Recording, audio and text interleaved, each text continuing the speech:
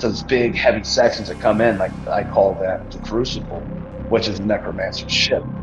So it's like when you hear that sound, that's the sound of Necromancer's ship hitting your fucking atmosphere. You're about to die. You're about to die. You're about to die.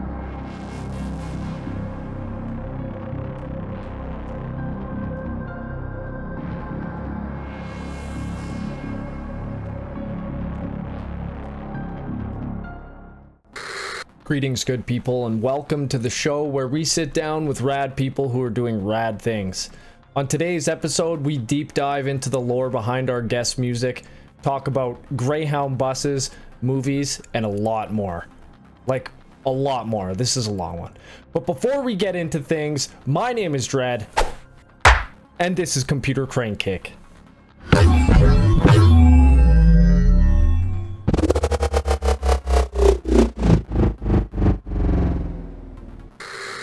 Our guest today pierces the veil between life and death and reaches into the afterlife to pull back sinister sounds to the land of the living. His dark synth magic will transport you to a cosmic hellscape beyond belief. This is On the Edge of Madness with Necromancer.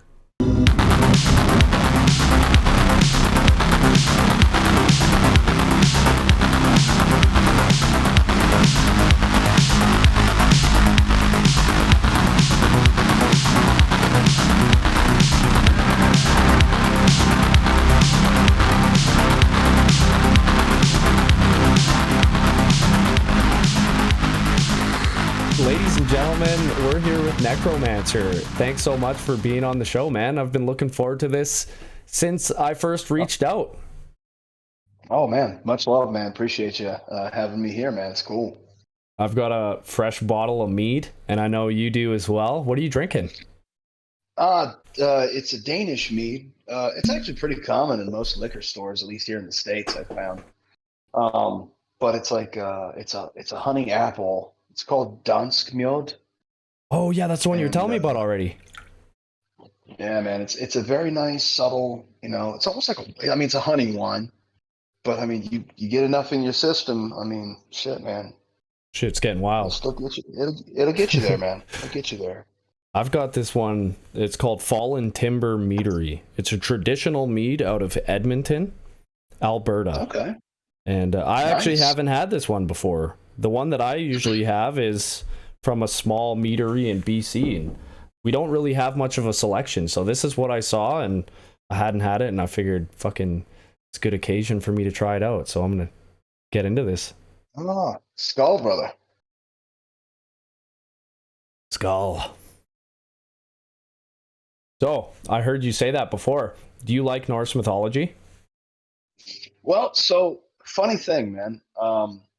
I'm Danish, so Yeah. I got a lot of. I mean, I'm a mutt. Don't get me wrong. I'm not going to be one of those people that's like, oh, I'm a Danish man. And my family predominantly comes from Northern Europe, but yeah, man. I mean, I got real into the old stories and I listened to a lot of Wardruna. Oh, fuck yeah. And so those guys, Einar Selvik, man, legendary fucking vocalist. The man's that's a true stall of our times, and it's just I love it, and I embraced it as it is a part of my heritage. So that's Totally. I got into it. The farther I went, it's like here I am. Yeah, man. So like, yeah.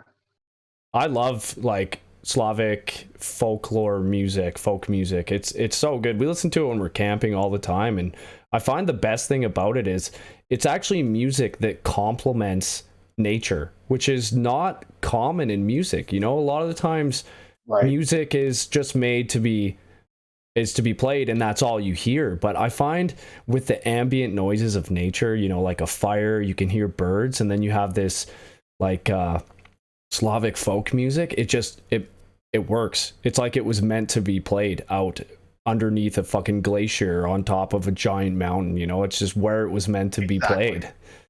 It's so good. There's weird. Oh, go ahead. Sorry. No, sorry, man. I didn't mean to cut you off. I was gonna say that's like, oh shit, man. There's this group that has a they do a lot of nature stuff in their music, and it's like really traditional type stuff. But I can't think of the name. Is it Hailung or Hailung? I don't know if I'm Yes. saying that right. Yes. Yeah, dude, they're Yes. awesome. I love that. They got like their stage presence is so fucking cool, man. All their antlers and props, and they actually are making music and looping with like antler percussion. Oh Really yeah, dude. cool. Yeah, man, Oh, all I that shit's love that handmade. music. It's so fucking cool, man. I wanted to No, ask you same. something when you were talking about how you like the old Norse stories. Do you have a myth that's like your favorite myth? From the Old Norse, like one of their stories. Yeah, like is there a story in particular that you like the most or anything like that? Oh yeah, there's a yeah, man. So there's a story from when Odin was wandering the lands, Yep. and during this period of time, he was dressed as he just wore shabby shit, hat, wandering stick, walked around like a normal old man. Well, he came to this fjord, and across the fjord was Thor. And Odin, being in disguise, knew it was his son. But Thor, not knowing that it was Odin, he thought he was just a ferryman because Odin was doing some part-time work, hanging out, helping people across the fjord. Yep. So basically, the story boils down to Thor demands passage across his fjord, and Odin starts fucking with him because that's his son. It's like, I'm gonna fuck with him a little bit. I'm gonna talk mad shit to him. So he starts talking trash to Thor from across the fjord, like straight trash. Like he gets fucking funny as fuck because Thor starts bragging about how he killed this giantess, large female giant when he was doing his journeys in Jotunheim, and Odin is just like, oh man, how fucking glorious are you? Slaying women, dude. Thor the Great, slaying women. Talking mad shit to him, just calling him out from across this fjord, and Thor's like, "Oh man, if it weren't for this fjord, I'd come over there and beat your ass, basically." And then Odin, knowing he's got his fucking goat, he calls over to him. He's just like, "Yeah, well, I'm the guy with the boat, and you're not, so." And then it's hilarious, man. It's a hilarious story. And it boils down, and Thor just asks him, "What? Where did you learn to talk such garbage?" And Odin's just like, "I hung out with some dudes in the forest." Oh, that's great, man. I actually It's haven't read that hilarious, one. man. I have a Norse It's mythology book that's pretty rad, but I haven't picked through the whole thing yet. Well, that's if you really want to read some really cool stuff, man, pick up a copy of the Poetic Edda. Okay. Yeah, the Poetic Edda has a lot of really cool stories in there that you don't really encounter in the main Nordic story books that you encounter. Like obviously you get the story of Loki and the story of Loki and Thor going to the Giants Hall to eat and Yep. uh, you know, yeah, so I mean there's those stories that are in there. But the Poetic Edda has a lot of cool stuff. And then if you want to read some like real gritty stuff, man, get your hands on like the Icelandic sagas. Okay. It's stories of, like the actual old heroes, like when they journeyed, through the North Sea there, going between Iceland and Greenland, and it's fascinating stuff. That sounds wicked. I really like the creation myth, just from how the world was created and Yggdrasil and all Yeah, that, and like Odin. Ginnungagap. Yeah, and they Yeah. like it all came from I think it's a frost giant, or if I'm remembering correctly, and they like all of the different parts of his anatomy created the universe. Yes. That's Yes. that's But before, yeah. That's just really cool, man. I love mythology. I love reading the stories and learning about just how ancient cultures thought and the lessons that they learned through telling these stories, because there's behind every one of these myths there's a life lesson, and it's just really Oh cool yeah. the way they Well, pass also them the down. correlation. Go ahead. Oh, sorry, man. No, the correlation between the origin stories too, like the original male and female in Norse mythology being Osk and Embla, Adam and Eve. It's kind of Right. crazy how you can see those correlations between varying stories and religious views. Yeah, and that's like you can totally see that in Egyptian mythology as well. I know there's a lot of comparisons to like Jesus with, I don't know if it's Osiris or if it's Ra, but there's like a lot Mm-hmm. of correlations there between those two. So it's like, yeah, it's really cool. And you know, somewhere we got fucking lost, but Man, well, I mean, that's like, dude, it's there's some wild shit out there if you're willing to dig, like especially like some of those old ancient tribes and stuff that we're still finding. I guess these people have just been out there, man. For whoever, God knows how long, you true. know, Uh, doing their thing, man, gathering their vegetables every season. Nothing's changed, and then all of a sudden, some crazy armed dudes just come storming in. What's up, dude? Oh shit, dude, this is a fucking village. yeah. That's fucking insane. I can't believe that we're still finding tribes that have never been found before. Like in the Amazon and shit, they're finding people that have never been seen before. Yeah. That's It's fucking insane. nuts, man. Um, Yeah. touching on that, like some of the darker beliefs, some of those are my favorite horror movies when you get these like myths or urban legends, like for example Sinister. I really loved how they had that, the Bagul, who was just like this fucking child snatcher essentially. But those are some of my my Yeah. favorite horror movies, is when they actually take some culture's belief, or a deity or a god or whatever, or a demon even, and make a movie out of it. They're always so fascinating to me, because I don't want to say they're like have a seed of truth, but they have a seed of actual history in them, and in some cultures' beliefs, and I think that's really cool. Translates really well. Oh yeah, man. Well, I mean, it's like these stories that, like like these cultures that you grow up, you hear these stories. It's like some of these stories, like their parents would tell their kids. It's like, if you don't go the fuck to bed, who's fucking Baba Yaga's coming to snatch your ass. It's like, oh shit, dude, my ass is under the covers, dude. It's 8 o'clock. Right? I'm going to bed. Fucking, are you telling me Keanu Reeves is gonna come in here and shoot me? Yeah, exactly. He's just coming. I mean, well, here's the thing, man. Like, you didn't kill his dog, so I think you'd be all right. True, true. I would never kill John Wick's dog. I would never kill anyone's dog. I fucking love dogs. Yeah, yeah. Dogs are great. I would be Fucking like John Wick if someone killed my dog. Just not as well trained, and I'd probably get killed. But I'd like to think that I'd be like John Wick. You know, everyone likes to think that, but you find that world-changing technology that gives you like some kind of crazy shit that like you just like, that's the kind of shit that you'd use in, like, if you had Thanos' gauntlet. You oh know what I yeah, mean? I would snap my fingers so Like, fast.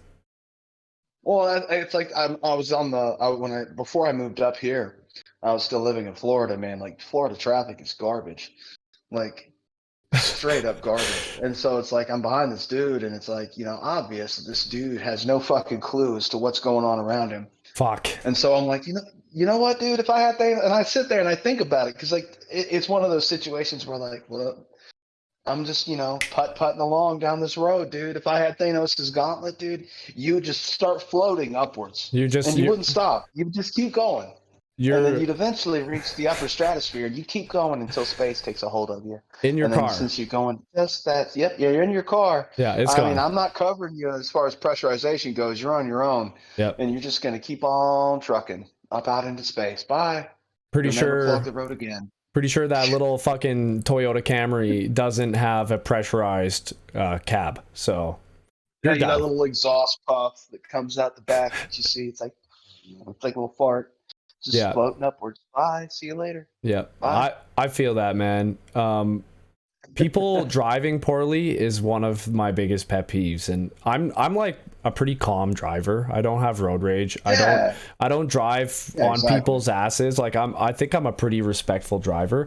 But my biggest thing is people who don't utilize the things in their vehicle properly, like a fucking turn signal, dude. Oh my Oh yeah. god. Yeah, dude. It kills me. It fucking kills me. Yeah. I actually made an image recently that was like retro themed, where it just says use your fucking signal, because it bothers me that much. Well, it's like, dude, I can go. Are you turning? Because you're slowing down. But Yeah. I don't see a blinker, so I don't want to assume anything. Maybe Right? you're having an issue. And then it's like, no, he's turning. And then No. it's like, cool, dude. Fuck yeah. Can't go now. Yeah. Gotta wait. I'm like, hey, do you guys not understand that the word is actually indicator. It's to indicate your intentions. So if you're gonna turn, your fucking signal better be on before you touch the brakes. If I see your brake lights before that signal, I'm mad right away. But I'm not gonna like run you off the road or anything. I'm just gonna be like, you just turn your fucking signal on. Yeah, exactly. Well, it's funny because, when I moved up here, I was like, fuck yeah, dude. I got away from Florida. I did it. I escaped. Like, I managed to escape this place. Like, I'm sure you've seen a bunch of Florida man bullshit on the internet. It's like, that shit's real. Yeah. Like, dude, I lived outside of Tampa, and it was like, at night, dude, you want to drive down 275 towards Clearwater and have a synth wave orgasm? Go right ahead, dude. It's just pretty accurate. The palm trees, the highway, fuck Nice. yeah. Whatever. Yep. That's just if that's your scene, fuck yeah. But here's the thing, man. There's certain places like, there's certain areas like where I-4 and 275 come together. Like that place right there, that's Hell's Kitchen, dude. That's what I called it, because you get in there and you get fucked up. And I was gonna say, that's just real talk. The way you're describing it sounds like a fucking nightmare. Well, dude, dude. Well, here's the thing, man. If you're on that highway between 4 o'clock and fucking 7:30, you might as well bank, bro. Your ass is cooking in Hell's Kitchen, because that's what's going on in that fucking junction right there. Especially if they got an event, anything like that. But like, dude, the thing is, man, is like when they show those pictures of like a gator crossing the street. Fuck yeah, dude, that shit happens. I've seen gators. I've seen gators up close. Like, they're just fucking, they're big old lizards, man. They're just chilling, dude. And if you agitate them, they're gonna fuck you up. Oh yeah, easily. You get that guy that's like cracked out underneath a fucking overpass bridge, bro, who's trying to sell you a fucking apartment hunter magazine for $5. That shit's real. I mean, I guess if you were looking for an apartment, it might be worth it. But you get, dude, especially like at the bus stops, man. Because like there was a period of time where I did some traveling and I took a Greyhound bus, and I'll never fucking do that again. Dude, I gotta say something about Greyhound buses. Did you hear about what happened in fucking Canada on a Greyhound bus? The dude who fucking went crazy with beheaded some dude? Yeah, like fucking cut someone's head off on the bus and was like apparently fucking nuts, man. Like licking the fucking viscera and blood that was on the head. Fucking bath salts, dude. Some people, bro. No doubt, man. Someone was smoking some fucking bath salts.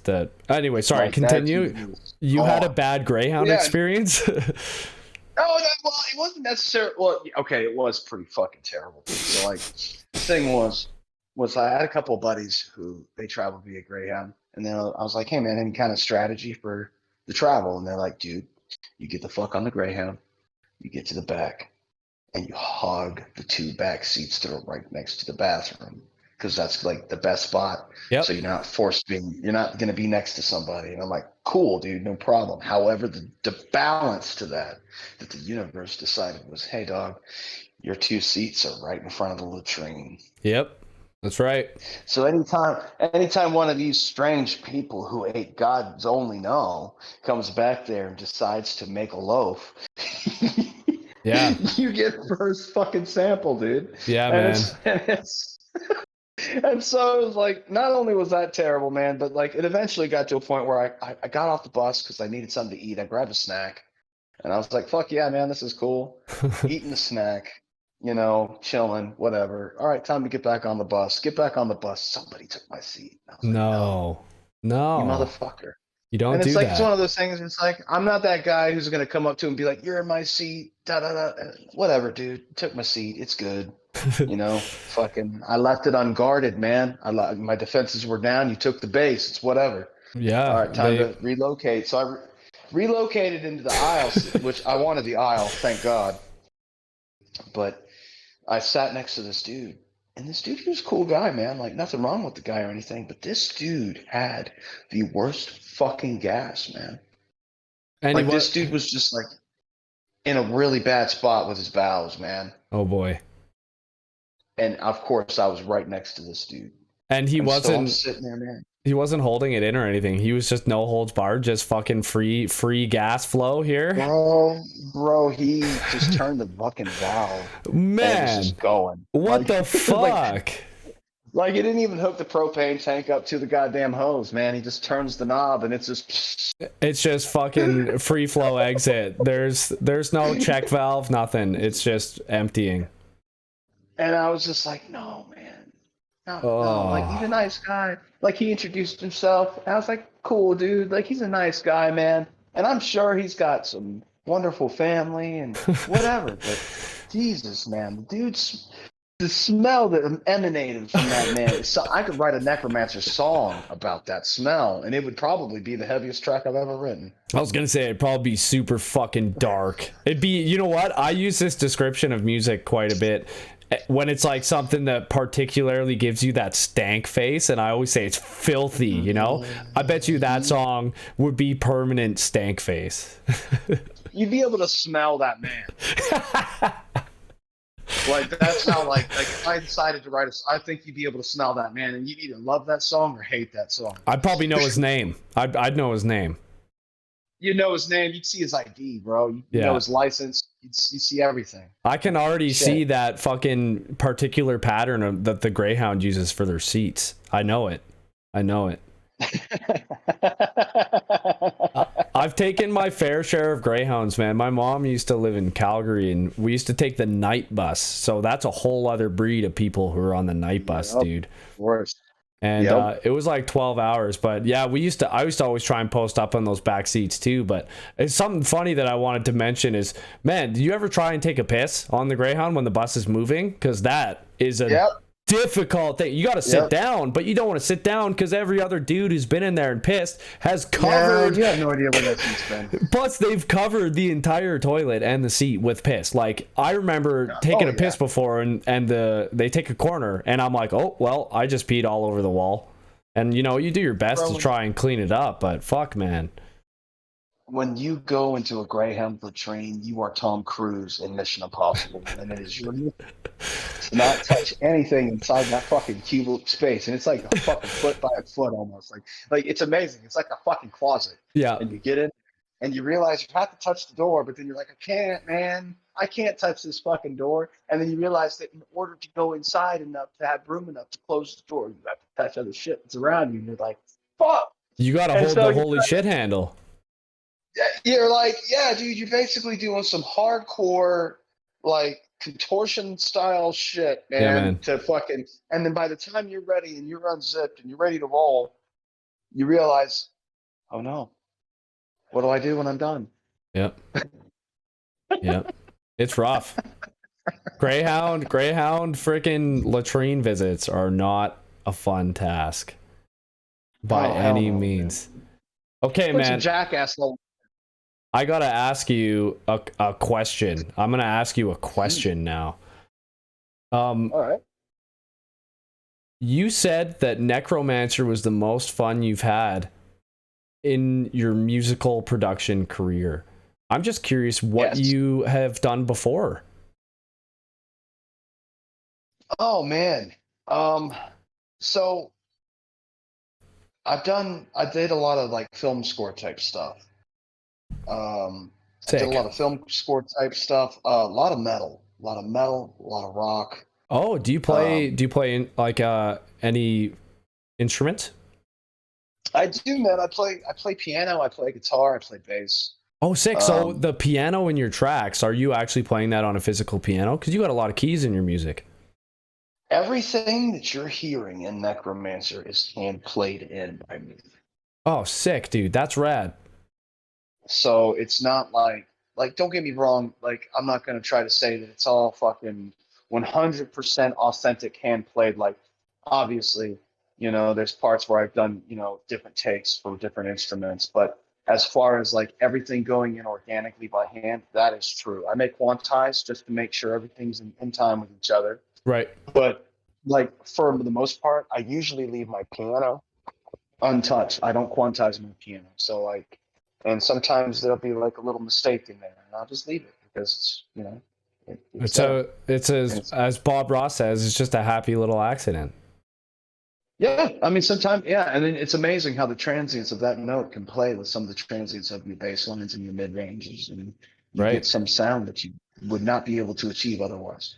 It's actually awesome that you said that you were into making scores before, because I find that a lot of the time your tracks are almost like the score to a horror movie, but the entire movie. You know, you have these tempo changes and these different sounds that go through an entire track, and it almost feels like you scored an entire movie in one track. And I fucking love it, man. Oh, I appreciate that, man. Thank you. I mean, I try. I mean, that was a big, huge driving force for Necromancer. Was like I was listening to, obviously the thing. What got me into Dark Sense in the beginning was obviously like Power Glove. Right? I listened to some old Power Glove, man. I think it was like Night Force or something like that. Yep. And I used to listen to that all the time while I played Space Engineers on my computer. I was just like, this shit's cool. Yeah. Like this shit is so cool. And then so my buddy, my brother basically. I mean, this guy, man, great guy. Um, he's like, dude, you gotta fucking try some of this shit out, man. Take a break from metal, take a break from scores, and because I was, grinding on the scores, I was grinding on the metal, man. It's like that's my thing. Like that's what I've always done. I've always just written music and written music and written music. And this dude's out here with a weed blower thing, and I was like, garage door. Um, yeah, and I never really. It's not that I didn't take it seriously. It's just that I just was so accustomed to writing all the time that I didn't really know what to do with it all. Right. And so when he said try something new with this Necromancer thing, which we didn't even have the name Necromancer yet, and it was just like, yeah, man, I'll give it a good old whirl. So I decided, shit, dude, I'll take my score element and some of my metal element and see what we can do with it. Like, what kind of instruments with synths can I use to kind of give the same feel as some of these others? But I want to. But there's an element to Necromancer that I want. It's that somatic power element. It's like I want people to hear when they hear a Necromancer track. I want them to be like, dude, like, what is this? You know? Yeah. Totally. And that was the perfect segue into playing the first track that I want to play by you. So let us get into playing Hadeon from Rebirth. Oh, okay. Let's go.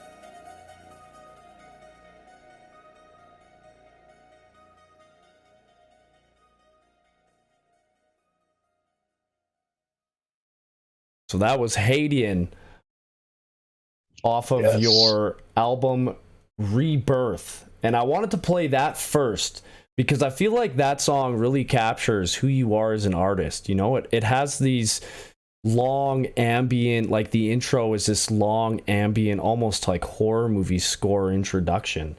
And it just builds so much tension, but then you get into this fucking drop where it just takes you into eternal darkness. And it's just so indicative of who you are as an artist. I felt like it was a perfect track to start with.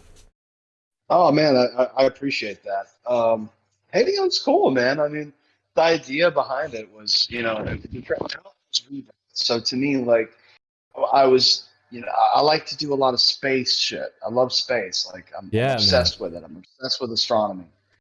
The idea of a vast universe with such different types of shit in it, like, you just don't have an idea. You have no idea. So, No fucking like, clue. for me, yeah, exactly. Yeah, we're on this little fucking mud ball called Earth, man, with some water.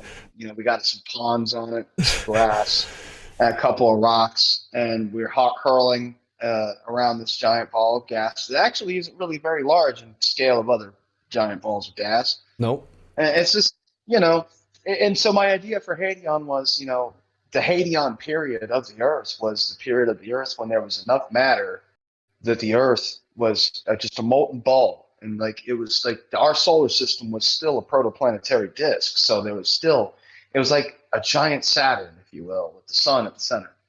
Right.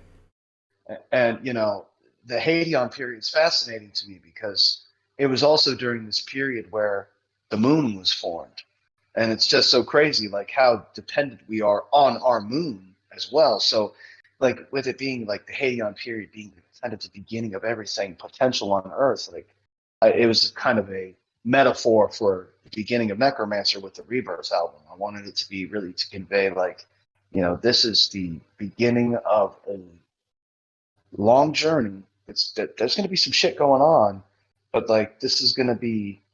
I want you to get a feel for what, like, just a taste, not everything, but just a taste. Dude, and you conveyed that so well because it just sets up the next two albums perfectly. Rebirth, for me, I just got this imagery of you like discovering this dark entity that's been dormant for a long time, and it latches onto you and almost creates the Necromancer, and you are just like battling with this symbiote, if you will, that doesn't, well, it benefits you, but it almost makes you darker. And for some reason, that was just like this imagery that came into my mind with Rebirth. It's just this beginning, you discovering this dark entity. But that's really fucking cool hearing about the Hadeon period and the thought that you put into that specifically. It's so interesting I to mean, me what I or what the listener can gather from a song and how it can be different from what the artist is trying to convey as well. I think it's really cool what people take away from music. oh yeah, man, and I do appreciate the depth, the level of depth that you search for in the music, because you know I'm one of those artists. Like when I listen to some music, man, like I don't want to just hear something boppy and cool. Like I want to hear like a story, man. Like what are you trying to Right. like where does your mind go when you're not Right. consumed with the bullshit that's going on around you? Man, I'm that's like my favorite way to consume music is I actually use it as a form of meditation. When I'm Yeah. actively listening to music, that's all that I can be doing. I can't be doing something else or even exercising. Like I listen to music when I'm driving, when I'm working out, like all the time. It's the background sound to our life. But when I'm actively listening to music, it's a form of meditation. It's taking me to another place. It's an escape from reality. And I always just love to just allow myself to be carried where I feel the music is trying to take me. Exactly, exactly, and a beautiful thing. And this is what I want to make an addendum to this. The names of my tracks are like they're they're specific yet vague at the same time, and I intend this because I'm a huge Dark Souls fan. So Oh, like, sick. and I loved writing that Miyazaki put into Dark Souls, and I love that it's one of those like I like those leave it to interpretation type stories. So it's one of those like like you see the cover, you see the artwork, you see the track titles, you get an idea, you know what Necromancer's about as a whole. But for those specifics, those things, those elements of the song where like it takes you to this questionable place, like those possible outcomes, they're all true. And everyone's story that they get from every track is a valid story and it's totally canon in my universe. Man, that is really fucking cool. I love that you're just embracing everything that people see and the imagery that it creates in each individual person, because everyone hears something different and everyone is taken to a different place. But for me, man, this is the first that we've talked about space synth, because before that, I always kind of just assumed that I was wrong in getting the impressions of having this kind of cosmic horror feel. But every time I was drawn back to this, you get this imagery of like Dead Space or Alien with the derelict ship where you got these amber lights flashing in this scary abandoned ship feel. And every time I would listen to your music, I would almost always end up in these spaceships. So I thought it was really cool that you just mentioned to me that you intentionally have this space element. Can you tell me a little bit about that? Yes. Oh man, I'd love to. Oh shit, man. See, my love for space knows no bounds. It's literally like space. It's ironic that way, I guess. But oh man, so I was very influenced by I love the Mass Effect games. And so did you play the remasters? I haven't touched the remasters yet. Okay, me neither. I know that they're supposed to be pretty cool, and I mean, bringing back to life the original trilogy is an awesome thing because those games were really super awesome. Yeah, the original trilogy was better. The Reapers, man, were like just the coolest shit ever. Yeah. Sorry, I don't want to derail you, but bringing up Mass Effect now, I'm like getting all excited to talk about fucking video games too. Yeah, man. Well, I mean, like the Reapers were just the shit, man. And my favorite was just Harbinger, man. Harbinger's my boy, dude. Like, just like he didn't give a shit, man. Like he was one of those entities. He just rolls in and he's just like, hey, everything you're doing is bullshit. And I'm gonna stomp. And they're like, okay, no, we're gonna. And then Harbinger's like, it's relevant. Like you destroy the Reaper, and it's like, whatever, dude. It don't matter. Like, and it's just that element of just a being that's so beyond. Like, it wasn't even so much the Reapers themselves. Like, they did a great job with the Reapers, and I love the execution of the Reapers. I thought they were sick. And I love the sound. The sound design for the Reapers was incredible. Always been fascinated by the levels of just the sampling and then being able to go into that engineering aspect to get these sounds to be so it's you can't put it into words. All you can do is hear it and understand. Yeah. And so that really was a big influence for me too in my sound design, because I was like, man, if I'm gonna make some spacey cosmic horror shit, like I need to be able to get out there and kind of experiment and just kind of bring everything in such a way that it gets that impact that you would hope for. Right. But yeah, man, I mean, yeah, the Reapers were a huge influence for the element that was Necromancer. Man, that's fucking cool. I love Mass Effect. I'm a huge that was one of the first actual like big scale RPG games that I played, and I fell in love with it, man.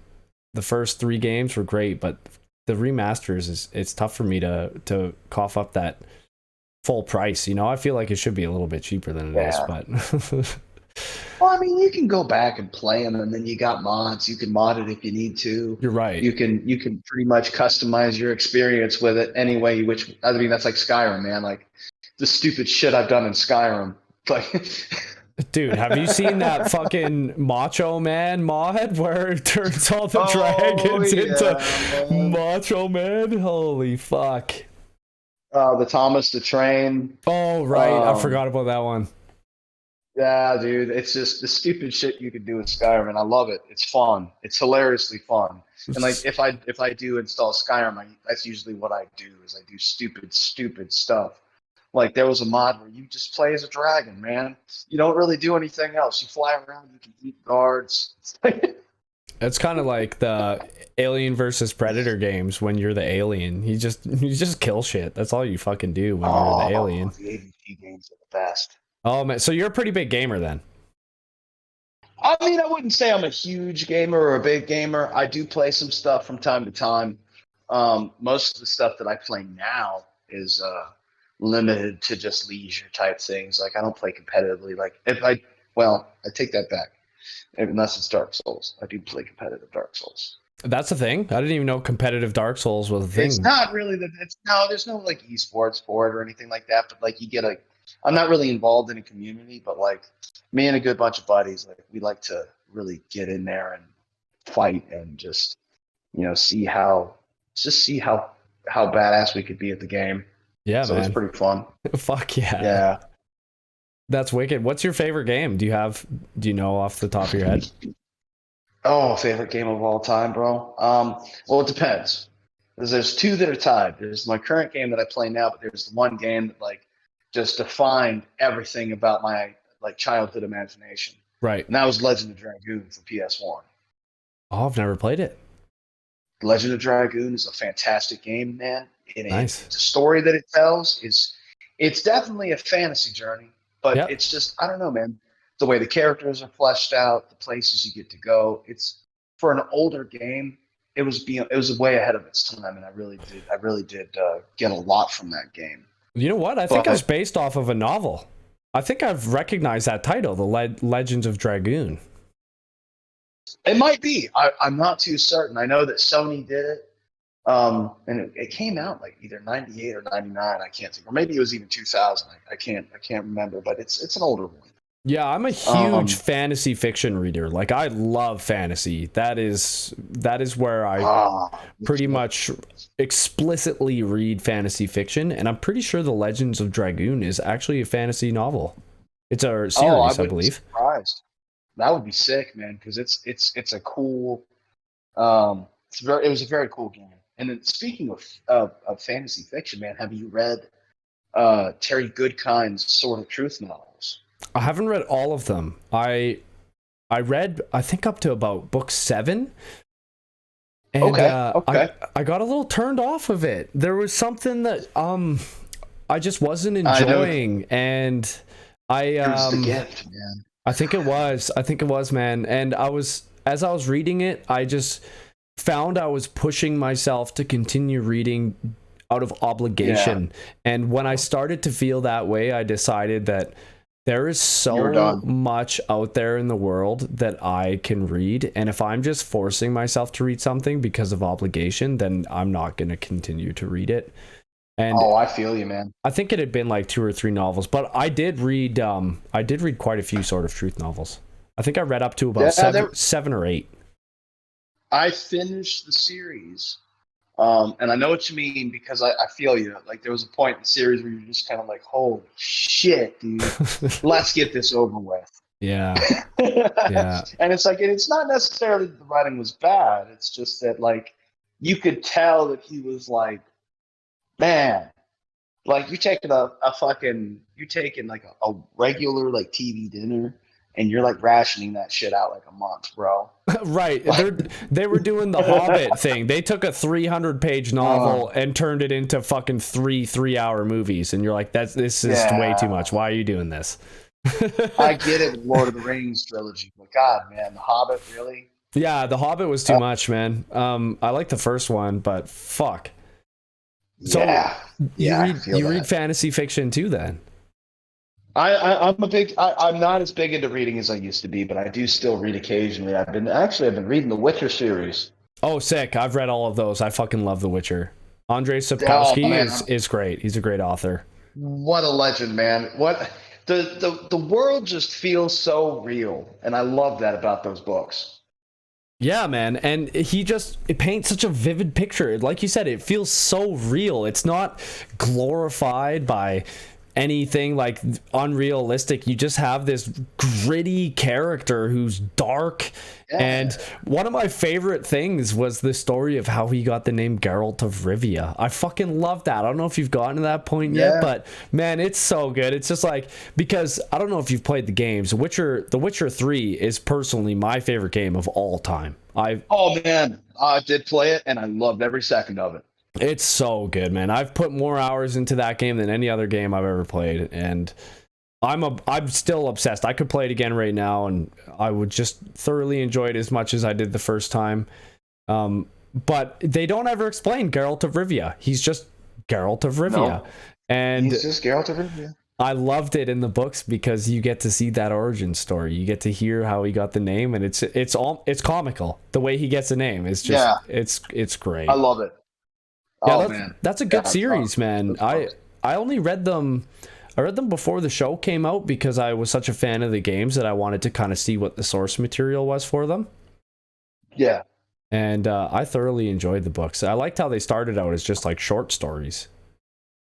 Yeah, exactly. It's like, man, and then like, well, you get to a point where it's like you're doing short stories, but then these short stories are related, and then you're like, fuck, I might as well write a novel. Right, totally. It's kind of like doing like 3 singles, and you realize those 3 singles work very well together. So it's like, fuck, I'm doing an album. Yeah, you're like, fuck, I'm doing an EP. And then I think it's hilarious because I was actually looking at the length of your EPs, and dude, your EPs are almost as long as some people's LPs. So like, I have the Tool problem. The Tool problem. Songs. That's a fucking good analogy. I like that. But I mean, well, I think sometimes, when you try to cap the length of a song, I can't remember where I saw it from. It's funny because I saw it again recently, posted from a friend on social media, but it was this old saying where it was like, if art is the decoration of space and music is the decoration of time, it was like, well, sometimes, man, sometimes you need those long songs. Like sometimes, like think about like Hans Zimmer's suites that he does for these movies where they're like 20-minute long fucking pieces. Dude. And it's just, and you can hear every single different track that was used in the motion picture. You can hear in this suite. You can hear everything he pulled from the suite, and it's an incredible experience. So yeah, man, I feel like sometimes those longer tracks give people. I mean, yes. Now, if you're one of those people that's like, "Fuck, man, 4 minutes, 5 minutes, I'm good. Any more than that, I'm out." I get it, like but like I don't at the same time. I get it in the sense that some people don't listen to music the same way I feel we do. Like I mean, fair. I know how I listen to music. Like some people, they listen to music because, it gets them in a chipper mood, or maybe it just gets them kind of like jamming and in a good state of mind, or maybe just stimulated from the gym. It's cool, the different utilizations of people. But I also know for a fact that, if those types of people probably won't like my music because some of those tracks are longer, or maybe I'll do something that's unconventional that doesn't really jive with what you like to hear in a song. And so, and which no problem, hell yeah, man. I hope you find something you like. If there's any of my tracks that fit the bill, cool. And if not, hell yeah, man, safe journey. Yeah, that's fair enough, man. And I think it's just like, especially indicative of modern cultures, it's so much instant gratification. People just want what they want. They want it now. They want it fast. And yes, you see it. Yeah. People don't want to sit, and they don't want to watch even 3-4 minutes. They don't want to watch a video that's that long. So people see 7 minutes, and they don't even give things a chance a lot of the time. But I think this goes back to something that I said earlier, and that's that I feel like your music a lot of the time is like the score of an entire movie in one track. Some of the times I listen to these 6-7 minute tracks, I'm like, that was a fucking journey. You took me to so many different places in that song that I felt like it was an entire movie, what I went through in that track. And for me, oh hell yeah, man, that's what it's all about, is the transportation, taking someone on that journey. And that's what music is for me, is just taking someone to a different reality. And you capture that so well, man, and especially with those long tracks. Oh, I appreciate that, man. Yes, dude. I mean, That's what I live for when I make Necromancer stuff, man. Like honestly, like that makes me probably the happiest is when someone can tell me, man, I went some fucking where. And it was Yeah. like, dude, yes, fuck yeah, man. Yeah. I'm so excited that you went somewhere. Now, where did you go? Because I want to know. And then they're Yeah. like, dude, I have no fucking idea. And I'm like, that's fantastic. Like, For me, like I said to you earlier, I use music as a form of meditation, and it sounds I probably sound like a crazy person to some people, but nah. when I'm actively listening to music, I'll pretty much stop what I'm doing. I'll put my headphones on because headphones are the only way you can actually listen to music fully. And Oh, yes. and Unless you're in a special treated room. yeah, and you have like some good fucking studio monitors or something, which I don't. Right. I just have some good headphones, but Oh, dude. I'll actively place myself in a spot in my mind. Like I'll be like, okay, I'm floating in the clouds right now. There's nothing else around me, and the first breeze that this song brings along is going to carry me where it goes, and I'm going to let my mind go there. And that's essentially what I do is I'm just open to interpret what the song is telling me, and I allow my mind to just go where the song is telling me to go. And I know it sounds crazy to some people, I'm sure it does, but that is the most enjoyable experience for me in listening to music. There's no better way for me than actively listening, and I'll purposefully not listen to albums that people release or tracks that people release until I know I can actively do that. That's a good thing, man. And that's honestly, I mean, that's to me, that's a huge respect to the artist that you're listening to. Totally. Because, like, you know, when you're sitting there and you're listening with intent to hear what they're trying to convey, even if it's one of those build your own story type songs, you know, like I feel like I could say safely for most artists in the genres, whatever it is, whether it be dark sense, whether it be horror, whatever, that, you know, when you sit and you really truly listen to the song, like that's the hugest respect you can show. And so that's a greatly appreciated thing. Yeah, man, that's awesome to hear as well from the other side of things. So I want to go back Well, to another thing that I didn't let you finish on, but you said that your oh, yeah. favorite game before was The Legends of Dragoon. What about now? Have you played something now that's like your favorite modern game? Dude, my favorite modern game of all time right now is Space Engineers. I don't even know what that is. It's actually it's an indie like space builder game type thing. It's kind of like Minecraft, but not like Okay. it's got the building element because I love building stuff. Like that's my like Minecraft was fun. I love Minecraft. Yep. I remember on PlayStation 3, like Little Big Planet was super cool, even though it was more of like a kid's game. I liked the building of it. Dude, I love that game. It Um, was a great game. It yeah, Little Big Planet was the shit, man. was a fun game. Yeah, yeah, you know. But Space Engineers is it's a space building sandbox. So, and I think that the actual size is 1/1 scale, two sides the from the center of the sun to the orbit of Jupiter or something like that. Maybe a little bit farther. I could be mistaken, but it's like 6 astronomical units. So it's pretty large size distance. Um, So, and the cool thing about it is like it's got such a huge mod workshop community. They've upkept this game for 6 years. They come out with regular content. It's like cheap DLC. It's like $4, you know, Oh and you get yeah. some cool stuff, some decorative stuff. But like, it's gotten to the point now, man. Like, me and my brother, man, we have a server where it's a 1/1 real scale server where when you come in, it's a binary star system, 1/1 scale. You have full fucking freedom. You can build wherever the fuck you want, wherever the fuck you want, whatever planet. There's moons, there's gas giants with moons, there's weather, there's factions, and it's fun, because you get in there and you can basically build your own space faction with different ships and different utilities, and it's a survival server too, so you can mine for resources, and it's insane. I love it. It's just one of those games where you can chill and play it, and then over time you realize that you've got some really cool stuff going on.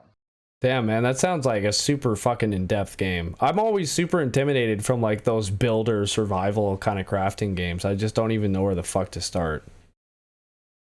I get that. I get that a lot because like I felt that way too. And Space Engineers has definitely like it's not perfect by any means, and some people have a problem with it, but I like it. Like some people wish it was a little bit more polished for having been out for 6, 7 years, and I could see that. But I generally don't have issues with the game, and I'm running it on a fucking 7-year-old computer. So, I mean, I don't know what the hell these people are trying to do. I don't know Yeah. what different gears they got going on in their machine, but my 2 or 3 gears are still spinning, so I'm just gonna keep on trucking. That's what it's all about, man. It doesn't matter what fucking people are bitching about and what they want. If there's any level of enjoyment that you get out of something, then you fucking grab that and you enjoy it. And you don't let anyone take away from that shit. It cracks me up because, obviously I don't really engage on social media that much. Yeah. I prefer to chill and fly under the radar unless it's like with the music, if I'm coming out with something, I'll try to push it a bit and make sure the people who give a shit know about it. Right. Much. Yeah. But, as far as like, it's just funny because I'll see people on, when they talk about DLC for the game, it's like $4. It's like, you bitching about $4, dude. Yeah. What? Like if you're bitching about $4, my friend, you have bigger problems. Yeah. Like, no doubt. Than this game charging me $4. The thing that always baffles me is that people don't ever stop to think about the level of effort that goes into creating something. Someone has made this expansion and they're asking for $4. Okay, do you know how much fucking time and effort went into making this expansion? What are you complaining about? Like, it's just boggles my mind that people are so self-interested that they don't understand the amount of work that people put in to create. And creating is no easy thing. It's just that's across different games. Like even Skyrim, I know there was some stuff with Skyrim where like modders were like people, I don't know if it was like people were stealing people's mods or some shit. I don't quite remember the details, so I don't want to spread false information, but I know that like just that whole process in general, like people bitching about the DLC now. Obviously, like the big companies like EA and shit, when they're like, "Hey man, get this season pass, and we'll give you this." Yeah, right. It really fucking matter, or just these other big, where you're basically paying, for stupid shit. Yeah, fucking stupid, just aesthetic bullshit. Yeah, it's like shit that don't really fucking matter. Yeah. And then it's like, you get a game where it's like, hey man, we're asking for $4, and you don't have to have it to play the game or enjoy it, but we did this thing and it's kind of cool. And if you want to pay us $4, here it is. Yeah. It's like, what's the issue? Yeah. Oh fuck, man.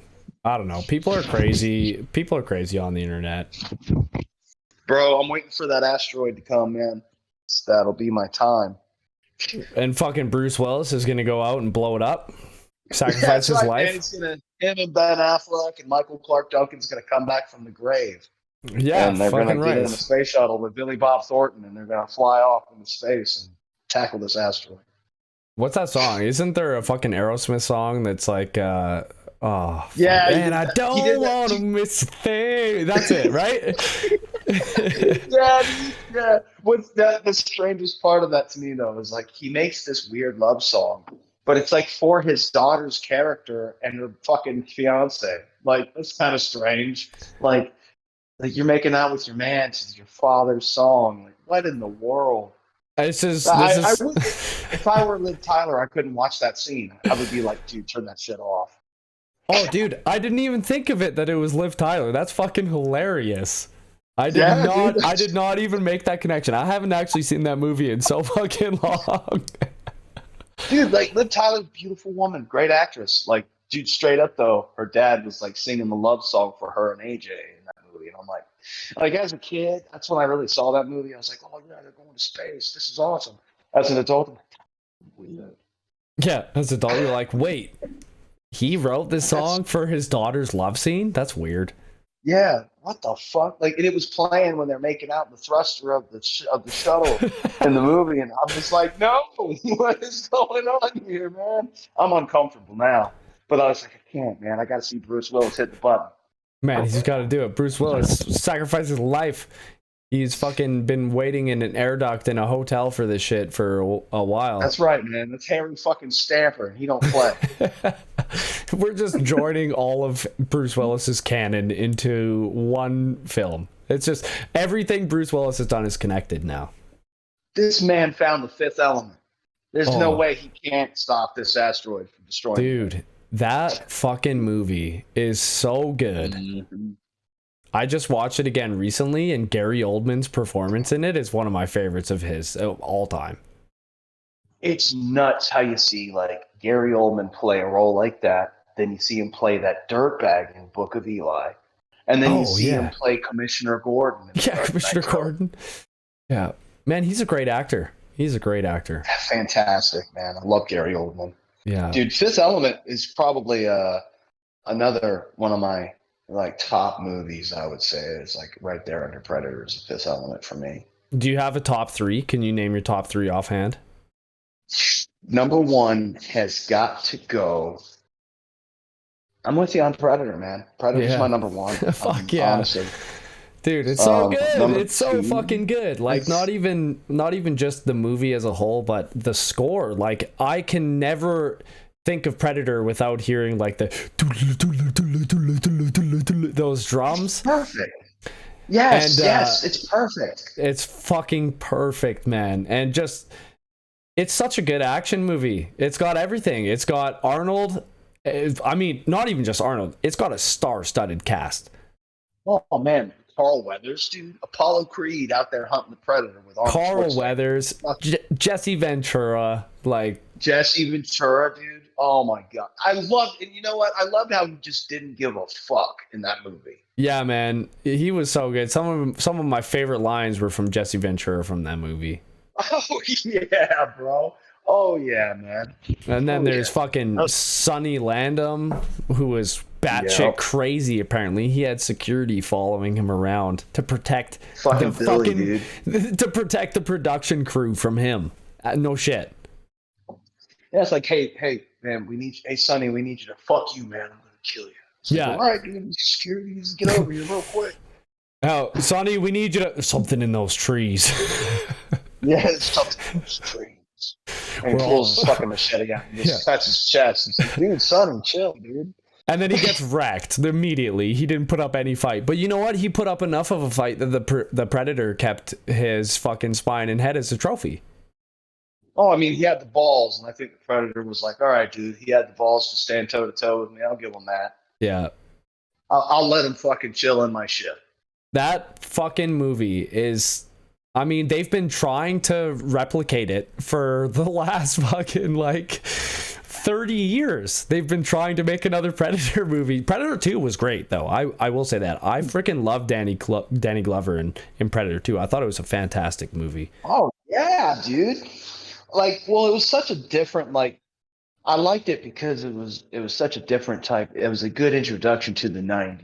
Yeah. And, like, Predator 2 was a cool contrast to the first Predator because, you know, that first Predator had that 80s, you know, element to it, whereas, like, then Predator 2 comes out in the early 90s, and you're like, dude, like, 90, like, when you think about it, like, the 80s was awesome. But the early 90s, man, had some cool shit, too, because there was that transition from the 80s to the... So, yeah, man, like, Predator 2, Danny Glover, man, shit. Fucking Gary Busey was in that movie, man. Yeah, that's right. He was one of the cops, wasn't he? Yeah, he was the agent that was, like, trying to catch it. Yeah, he was like the FBI agent in charge of it all. That's right.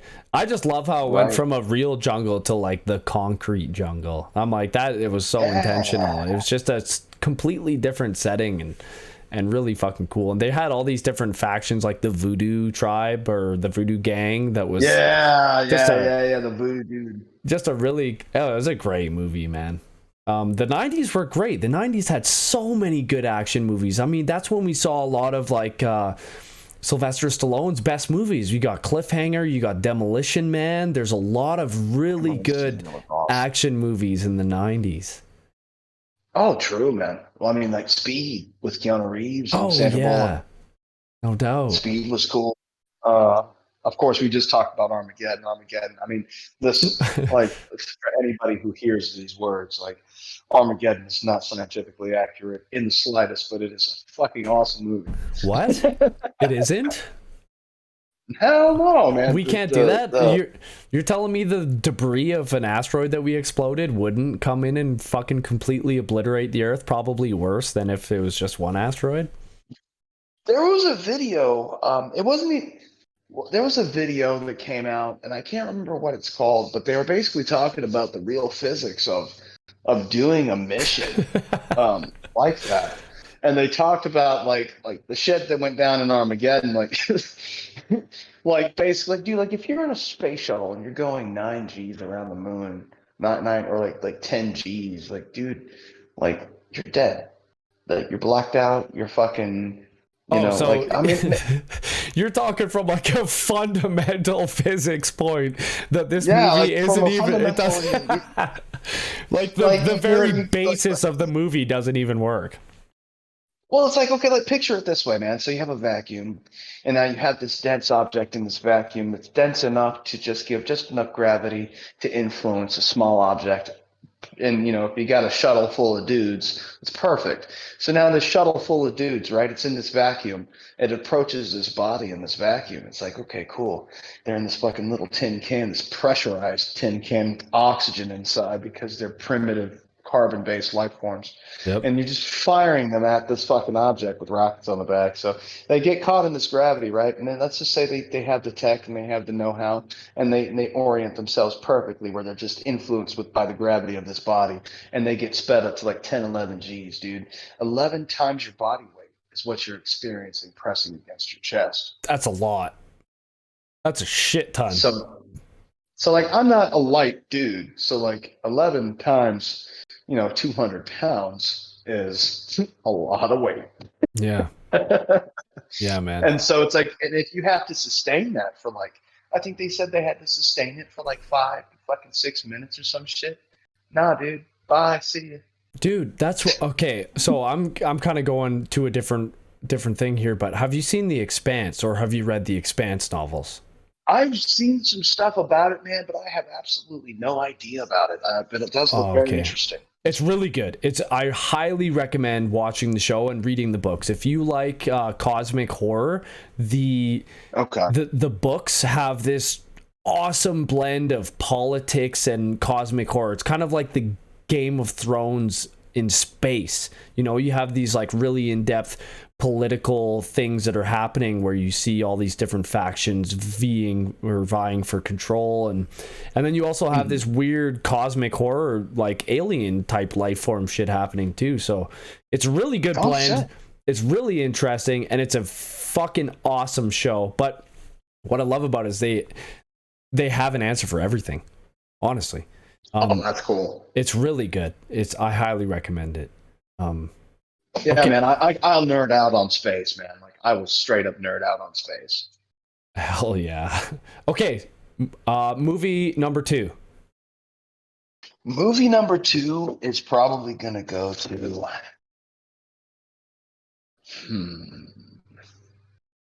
That's a tough question, Last man. Samurai, man. Oh, fucking with Tom Cruise. All I think about is The the Last Dave Samurai. Chappelle skit when he talks about The Last Samurai. Yeah, man, The Last Samurai I love that movie, man. Dude, it's a great movie. There's something about that movie. The It's a good score to movie. that movie is really why I love it. Is that Hans Zimmer? Yes. Yeah, okay, I thought so. Yeah, Hans Zimmer's, man. Dude, he's next level. The Interstellar is like one of the fucking my favorite scores. The Cornfield Chase, that track. Oh my god, dude! I listen to that song over and over again. It's just, it gives me chills. The level of love he puts into his music, man, you can hear it. Yeah, man, and he captures the sounds that he is aiming to capture. It's like period specific. Yeah. He is a fucking genius. He is so good. He's what I call a sound scientist, man. Like that's what I try to live up to that title. I think. Yeah, dude, that's a like, great I'm title. a scientist, man. Yeah, we're scientists, bro. Like that's what we're doing. We're just fucking with sound. It is. You're fucking with sound waves, man. You are actually working with science. even if you have no fucking idea what that button does, man, hit it because you never know. It's the same thing of like opening a mic channel when you have active monitors going. Get ready, you're getting sucked in. What? Oh, into the vacuum you go. Bye. Okay, bye. Okay, Yeah, Last exactly. Samurai episode number 2. What about number 3? Top 3. Top 3 of all time. Yeah, that's a fucking loaded question, man. That's hard. Anyone asks that, that's like that's a hard fucking question to answer. Event Horizon. I watched it for the first time last year. Oh man, that movie's a wild motherfucker. And I love it. I love it. It is a wild ride. I love how it's like the You premise know of who it is introduced me to that? you're fucking going through hell. Like that is such a cool premise, dude. Well, dude, my artist, Kreekun, he's the one who introduced me to that. Oh, no way. Yeah, man. Yeah, Kreekun was like, dude, you ever checked out Event Horizon? I was like, no, man. He's like, dude, watch that shit. It's got Sam Neill in it. And I was like, all right, fuck yeah. So I checked it out. I was talking to him. Like, bro. He's like, yeah, dude, the movie's awesome. It's got a huge cast, man. Lawrence Fishburne. Oh, yeah. Fucking Sam Neill. Is Sam Neill, is that his name? Dr. Allen from Jurassic Park? I can't remember his actual name. Yep. Sam Neill, man. Sam Neill, yeah, man. He's awesome in that movie. Did you ever see The Tudors? Like with Jonathan Rhys Meyers? It was like an HBO show. I don't think so. It was about King Henry VIII. Okay, no, I haven't actually seen it. That was actually it was an interesting show, but it's funny because that's where I had first seen Henry Cavill. Oh yeah, okay. He was in The Tudors, and so was the girl who plays Anne Boleyn. She was in Game of Thrones. She played Marjorie. Oh, Marjorie Tyrell. Fuck. Oh man. Yeah. Oh, I'm surprised that I can't think of her name. Natalie Dormer. Oh, Natalie Dormer, yeah. I can just see her smirk. That's all I can see is her smirk. Oh, yeah, man. She's got that iconic smile, bro. But she played Anne Boleyn. And, dude, that show was pretty awesome. But Sam Neill was in it. And he played a fucking corrupt cardinal. And it was awesome. Nice. I was like, this dude's dirty as fuck, man. I love it. Good job, Sam. That's awesome. Yeah, Event Horizon was really fucking cool. It was just so different from what I expected. I went into watching it with no expectations, no understanding of what the movie was to start, and I went definitely on a fucking ride for that one. Well, apparently there's like an hour to like an hour and a half, I don't know the exact amount of footage that had to be cut from that movie because it was so fucked up, and then they had to destroy the footage. Like the shit that they recorded was like so fucked up that they had to destroy the footage. That sounds like an urban legend, you know? It sounds like if you watch this footage, you will be transported to hell. Yeah, it's like, can you find the lost footage to Event Horizon? Yeah, it's like The Ring, you know? You watch the tape and you get a fucking, you get a telephone call. 7 days you have to live. That's like Event Horizon. You're going to be brought to hell. It's like, fuck that, dude. I don't need to know. Yeah, you know what? Some shit you just leave alone. I'm just not going to watch that. Okay, man, let's listen to the next track. We're going to play Remnant. So let's fucking dive into it. Hell yeah.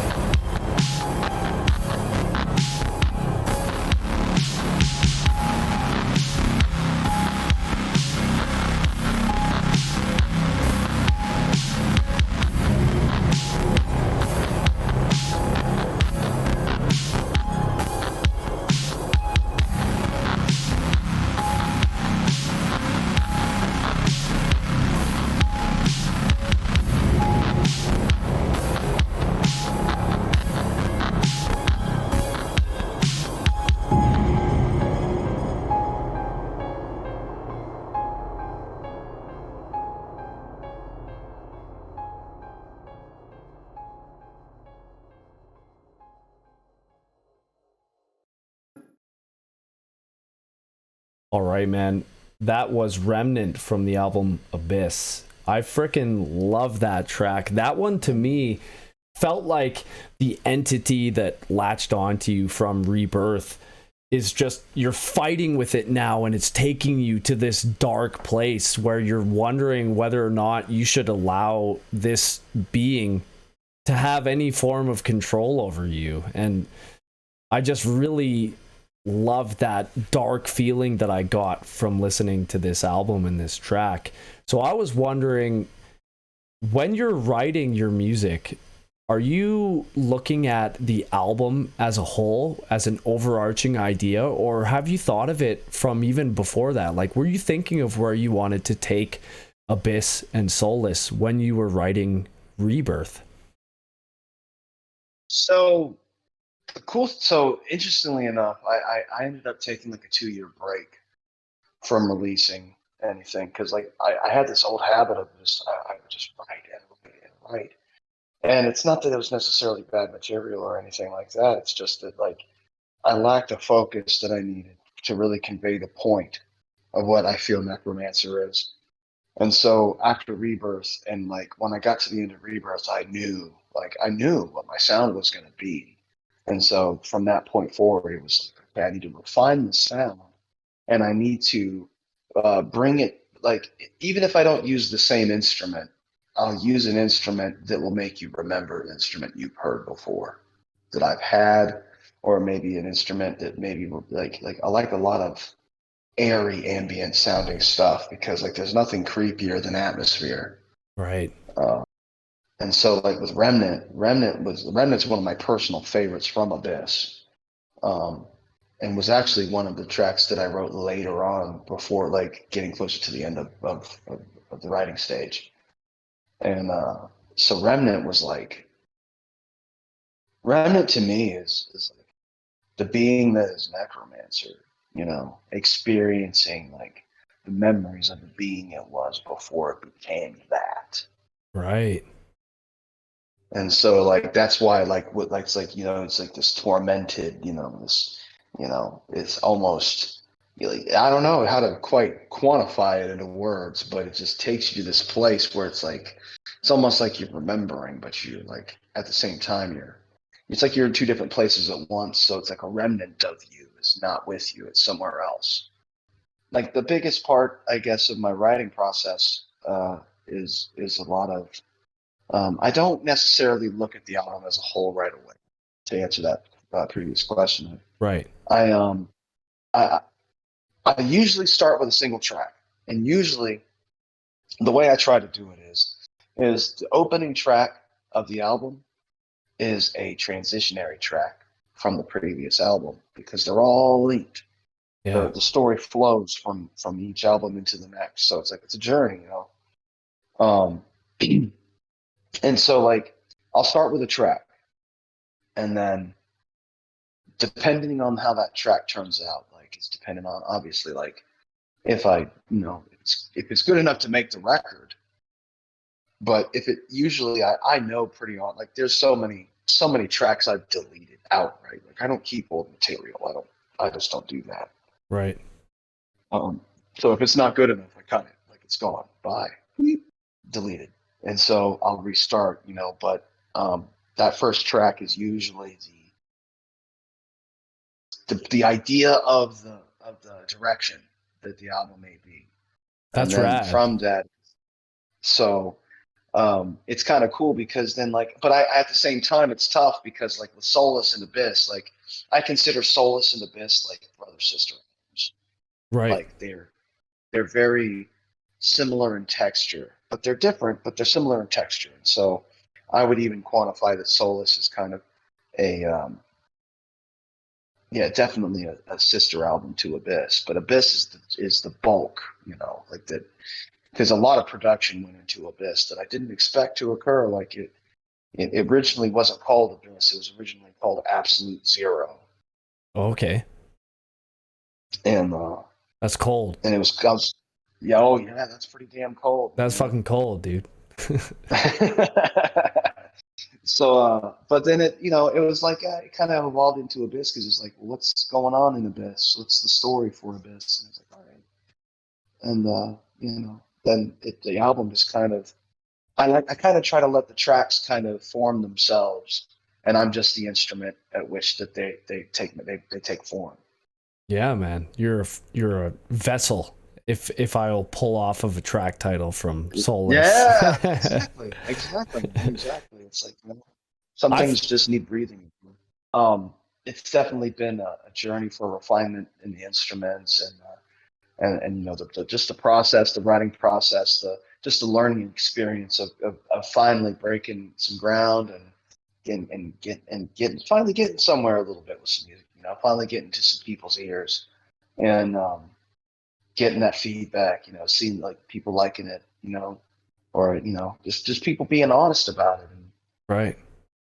my goal is I want to try to create the darkest music I can. Yeah, man. Like I want it to go above cosmic horror. I want it to be like existential horror. Like I want you to get to the end of a track and just be like, what the fuck?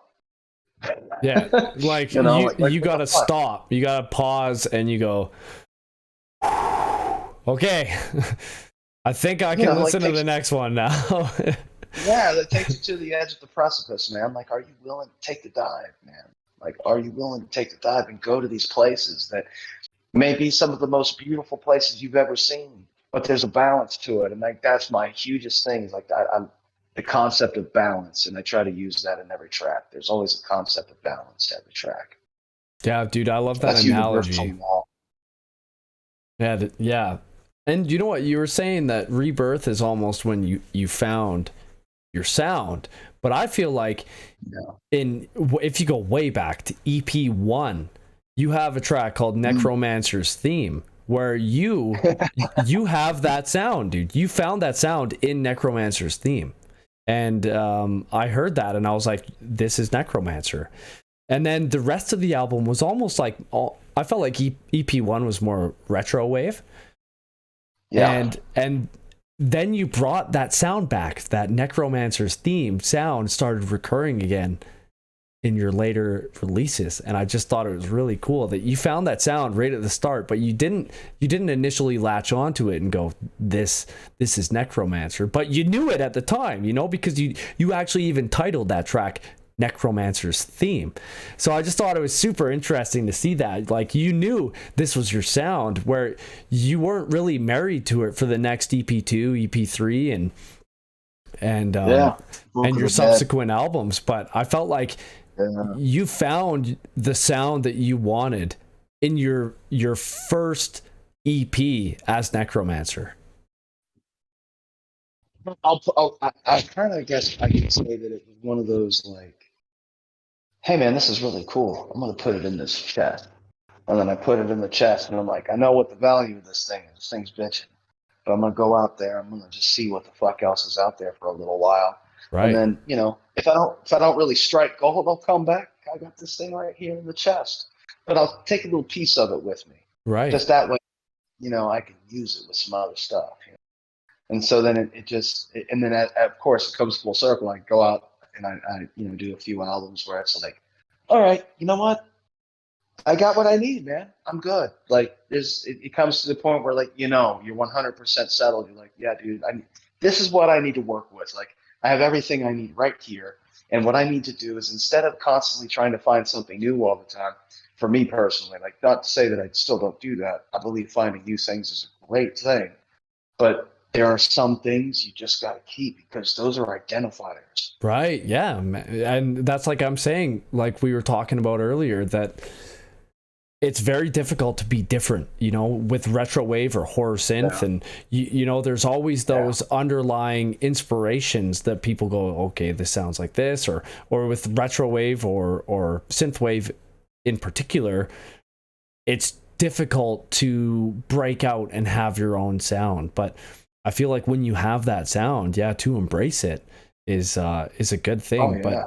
But also, evolution is normal. As an artist, you are going to learn more, you're going to adapt, you're going to evolve, and you're going to sound different. But I feel like your sound progression has taken that iconic Necromancer sound and you just level up each time. Oh, yeah, I appreciate that, man. I try. I Yeah. try. Like You my biggest competition that I have is with myself, and I do this on a daily. It's like, or if I'm in the studio or something like that, I'm just like, all right, dude, what did you do? And then I'll look at what I did, and I'm like, okay, let's fuck it up, dude. Let's do something better. Let's go beyond that. It's time to push. It's time to, because like for me, the journey is like, I want to get so far into the depths that like, I just want people to hear my tracks and enjoy them. Number one, that's one of my biggest things is, if you can make a connection to my music, that's fantastic. And I'm grateful for that. Like, that's a huge honor for me to know that another sentient being in this universe heard something that I created that has absolutely no physical, tangible way to interact other than through pitch. And you were able to make a connection with me. That's cool as fuck. Hell yeah, dude. So, That's what music's all about, you is making that connection. yeah, exactly. Exactly. That's the beauty in it. And then of course the beauty in it too is the stories, that the imagination, you stimulate the imagination. And you just, in the darkest of music, I find the most hope because if you can go to these darkest places, then you can see the balance, and you can see that if there's this much darkness, there's got to be this much light. And I even Right. try to play with that in the chord progressions of the music because it's like, I'll give you a hopeful moment, just real Yeah. quick though. It might be brief. I mean, let's be real here. Your fucking hopeful moment's probably gonna be pretty brief. you're, Here comes you're that one instrument I found. Yeah, you're gonna be like, hey, here's a sliver of hope, and it's gone. Yeah, it's like, yep, like, all right. Hey, you thought there was It's like, hope? no, Well, no, you're actually in existential darkness now for the rest of time. exactly. Welcome to eternity. So it's like, it's cool, man. It's just fun, and it's so. But getting back to it, yeah, man, making connections with people and just the music like that. I don't know, I live for that shit. Hell yeah, man. Okay, I got a random question here. This is Yes. different, but at the same time it works because your music is for me, it's horror synth, I feel like you take a lot of inspiration from older horror movies as well. Would you agree Yes. with that? I do. Yes. Oh, definitely. I feel That's some old like, John Carpenter shit for sure. yeah, and oh yeah, especially in the keys. You can't hear keys Oh without yeah. thinking of John Carpenter. At least myself personally, Yeah. I hear just straight piano keys, and I'm like, you get that kind of John Carpenter vibe. But for me, that's what horror synth is all about: is embracing the origins of the genre. But just what's your favorite horror movie? Oh man, I mean, my favorite horror movie of all time is The Thing. Oh fuck, dude, that is such a good movie. Are Like you a that big is my John Carpenter favorite fan? favorite movie. Absolutely. John Carpenter's a genius, man. Yeah. That man, that's Peepaw, man. That's Peepaw, man. And no one has more wisdom than Peepaw. So probably as a No. director and as a producer musically as well. Oh man. I mean, the man's a legend, being Yeah. real. Like, and it's funny I say Peepaw, that's my buddy's Steam name. Oh. But anyway, no, man, like the man's a straight legend. I mean, Yeah. you know, there's a beauty to simplicity sometimes. And I think a lot of people forget that. Yeah. And like sometimes silence itself is the most powerful instrument you could have in your arsenal. And Yeah. so, Absolutely. it's like knowing how to measure those things strategically is absolutely just one of the most important things I think you could take to writing music. So yeah, I mean, I look at John Carpenter as almost like he's one of the gods, man. Yeah. Like that man's, this the way he can take suspense. He can take just two instruments. He can take one fucking instrument, and he can score a whole fucking movie with one instrument. Yeah. That's how good John. He is able to create dread so well Yes. and just convey that tension. It's absolutely incredible. John Carpenter is, yeah, he's a legend for sure, man. Yeah. Oh yeah. The Thing is a Yeah. fantastic Forever. movie. But as much as I love John Carpenter, I would say that my biggest composer of all time that I look up to the most is Hans Zimmer, for sure. Yeah, Like that man. man's music has done things for my life that just, I wouldn't even imagine where my music would be without that man's music. So, if you're looking at inspirations for your music, you would say Hans Zimmer has played a like monumental role in what you do in creating music. Oh man, well, it used to be more of yes. Oh, absolutely. It used to be like when I first was introduced to Hans and I first fell in love with his music. It was more like I was studying his music and just seeing like trying to see if I could figure out what makes him tick a little bit as an artist Right. because I'm always curious about that type of stuff. Yeah. Totally. But then it became more of a breakaway from that into I love his process for finding sound. Right. And I love the way he's willing to just go to some dude's garage. It's full of weird shit. Be like, hey, dude, I'll give you some cash if you let me bang on all this shit for like 3 hours with some microphones, and your shit will be in a movie. And then he's like, fuck yeah, dude. Bring your mics, let's roll. And then it's like he takes these sounds and then just reverse engineers them into all these different crazy types of things. And it's like, I love that because you can just do sounds that you wouldn't even think you could create from what you're using to create them. And then, you pop them into a DAW and then you just start working with the effects a little bit. You start fleshing out different things within that waveform.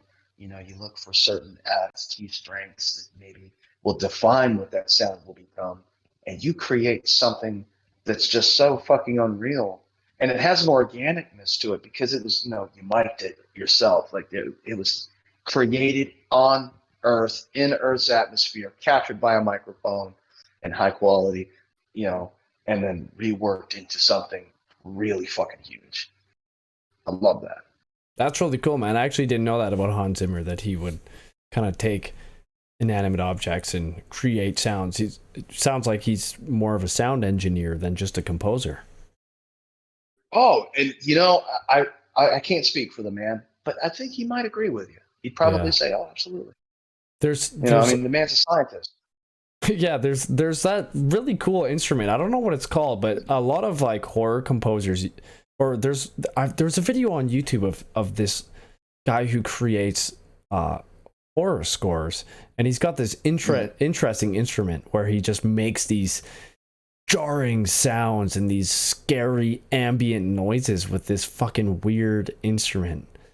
And it's so fascinating to me. Just Might be Charlie Clouser. You might be thinking of Charlie Clouser, it could be. I'm not entirely which sure. he To was be in honest. 9 Inch Nails. Oh, really? Yeah, him and Trent Reznor. And then did he become like a composer for film? Well, yeah, man. Well, I mean, like a lot of these guys that do like some of these industrial rock or industrial metal or even just rock and metal, like the guitar player for Rage Against the Machine, he scored the first Iron Man movie's score. Oh, no way. He com Yeah, he composed that whole score, man. So it's like it's really cool when they, because like in these bands and stuff, and then just like Trevor Rabin, the band Yes, Yeah. that song "Owner of a Lonely Heart." Yeah, Yeah, yeah, yeah. the guitar player for that band, he scored Armageddon. Oh, no way. Yeah, so it's like it's crazy. Like some of the different shit. Some like it's cool seeing like the range of some of these different artists. But yeah, man, I think you're thinking of Charlie Clouser because he did a lot of crazy shit with these just weird contraption instruments, these weird metallic metal that like and recording them and then integrating them into his scores. Is scoring a film anything that you've been like interested in doing? I know you said you started with kind of like scores, but is that something that you've kind of still had your sights set on, or is that something you'd be interested in doing in the future? If anybody came to me right now and said, "Man, I want Necromancer, will you score my horror film?" I would say yes, absolutely. What you got? Fuck Like, yes. like, like, like, how deep do you want to go down the fucking hole? Because I'm ready. I like that shit. And I am so, you in know, the depths of the hole. How deep do you yeah, want to be? yeah. It's like, hey, man. It's like staring at him from in the sewer, like from it. It's like, hey, bro, Yeah. Hey, bro, I'm ready. come on down. You know, We all I mean, float that would down be a here. dream come true. Yeah, Yeah. that would be a dream come true because, like, there are things even with Necromancer like I would love to do if I could just get, you know, like the orchestra. If I could get my hands on an orchestra, oh man. That's how I That's would have to probably perform live, honestly, is with an orchestra. It'd be like some Yanni shit where I'm up there with the keyboard and I'm just like fan on blowing my hair around because I have long hair, so it's like, yeah, man, what's up, dude? Oh man, that's funny you say that because I was actually curious. I didn't know if we were gonna be if I was gonna see you on video, and one of the first things I was gonna ask is, am I what you pictured me to be? Because everyone has this image of what someone looks like when they're communicating with them, and I was just curious if I was as you pictured me to be. No, man. I mean, I wouldn't even say that you are or you aren't, because like I'm one of those people, man, that like, I can hear a voice, and like obviously, like to me, it's the words that you use, and so like I generally, if we're gonna have like a video call, it's one of those like I don't get nervous or antsy. It's like you are who you are, and Right. Yeah. you Yeah. know, Totally. I'd rather not make any assumptions. But I would say, Right. being honest, man, no, bro. I mean, you kind of have like a Magnum PI That's feel. that's the stash. That's the stash. That's the stash, man. I mean, that's fucking, dude. That's power, bro. Stash power. You know what? I'll fucking That's embrace that, man. I wish I could have a head of hair, but unfortunately I was not blessed with the genes of having a full head of hair. bro. My cousin is the same fucking way, man. Like it's just I mean, listen, man. Bald is cool, dude. Like, I mean, you ain't got to worry about hair. well, the thing is, I've fucking been shaving my head since I was 16 years old. So I don't really have any complaints because this is how I've looked Yeah, get for used the to it. last like 15 years. Yeah, exactly. I mean, Exactly. Listen, man. my saving grace is at least I can grow a mustache.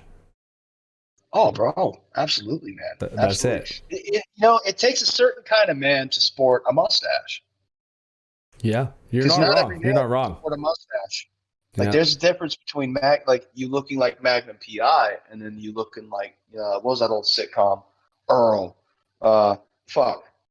Oh shit. It used to come on. Oh damn, what channel was that? I can't remember the show. But anyway, he had a goofy ass mustache, man, and it's just yeah. Yeah, he definitely. Yeah, At you least need nothing else. the hair left the top of my head and ended up on the top of my lip, so I can't really complain. It just, dude. It just trained. Yeah, dude. It just moved places. That's all. You It know, manifested how it was supposed to be. I'm actually not allowed to grow anything else other than a mustache because of where I work. I work in a lead smelter and I have to wear a respirator, so I have to have a seal that goes around my chin, so I can't actually have a beard or anything. So it's kind of like firemen, pretty like Yeah, firemen. yeah, absolutely. It's the same. Gotcha, Yeah. gotcha. I That have makes to sense, have man. I have to have the same amount of shaved face as a fire person. Yeah, I mean that makes sense, man. That's a tough ass job, man. Being a fireman? No, no, lead smelting. Oh, so I'm a millwright. That's what I do as a career. I am a millwright. That Okay, which I don't know if you know what that is, but it's an industrial mechanic. okay, okay. Um, I'm a journeyman millwright. I essentially fix shit. When it breaks, I fix it. Or if there's something that I need to replace, I replace it. It's kind of like, yeah, it's an industrial mechanic. It's an You're an interesting engineer, job. bro. Kind of. You're an Yeah, no, no. I have You are. I have a lot more street smarts than an engineer. I'll say that much. I work with engineers a lot, and for the most part, I don't typically enjoy their company because I feel like they're too fucking married to their books and what they're supposed to do, that they don't understand how things work in the actual reality of the world. Um. So yeah, They don't walk the balance, man. no, they don't at all. Yeah. Okay, you know what? Let's get into a track off Soulless. We're gonna play The Summoned off of Soulless. Oh, cool. That's a cool one. Let's dive into it.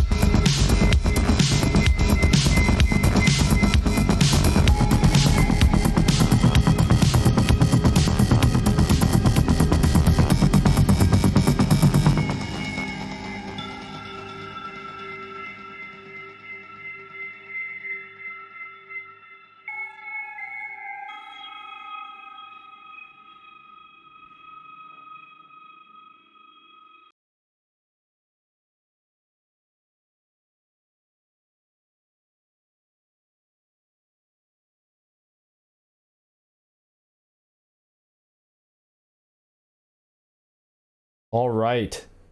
That was the summoned off of the album Soulless. What was Soulless to you? Oh man, Soulless. So Soulless was actually um, an album that it had a lot of meaning to it. A lot of personal. There's a lot of personal stuff in that album that I won't disclose just because it's irrelevant. It doesn't matter. That's fair. Yeah. Um, but the thing with Solace is I wanted to convey the element of you reached a point where the experiences around you have weathered you to a point where it's not that you lack compassion or empathy. It's that you understand that there's a counterbalance to compassion and empathy, and that those requirements are the exact same as compassion and empathy. And you reach this almost equilibrium with the universe around you.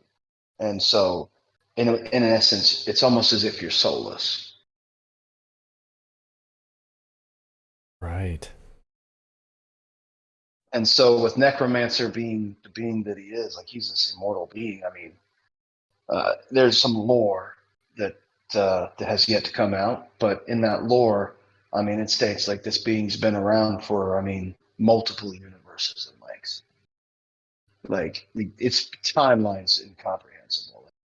Like this So dude's seen the Big Bang multiple times. so am I right in my general feelings of that Necromancer is this ancient being that has kind of latched on to this mortal being and is now almost giving that mortal these further powers? Is that almost like am I close to getting the story right of what Necromancer is?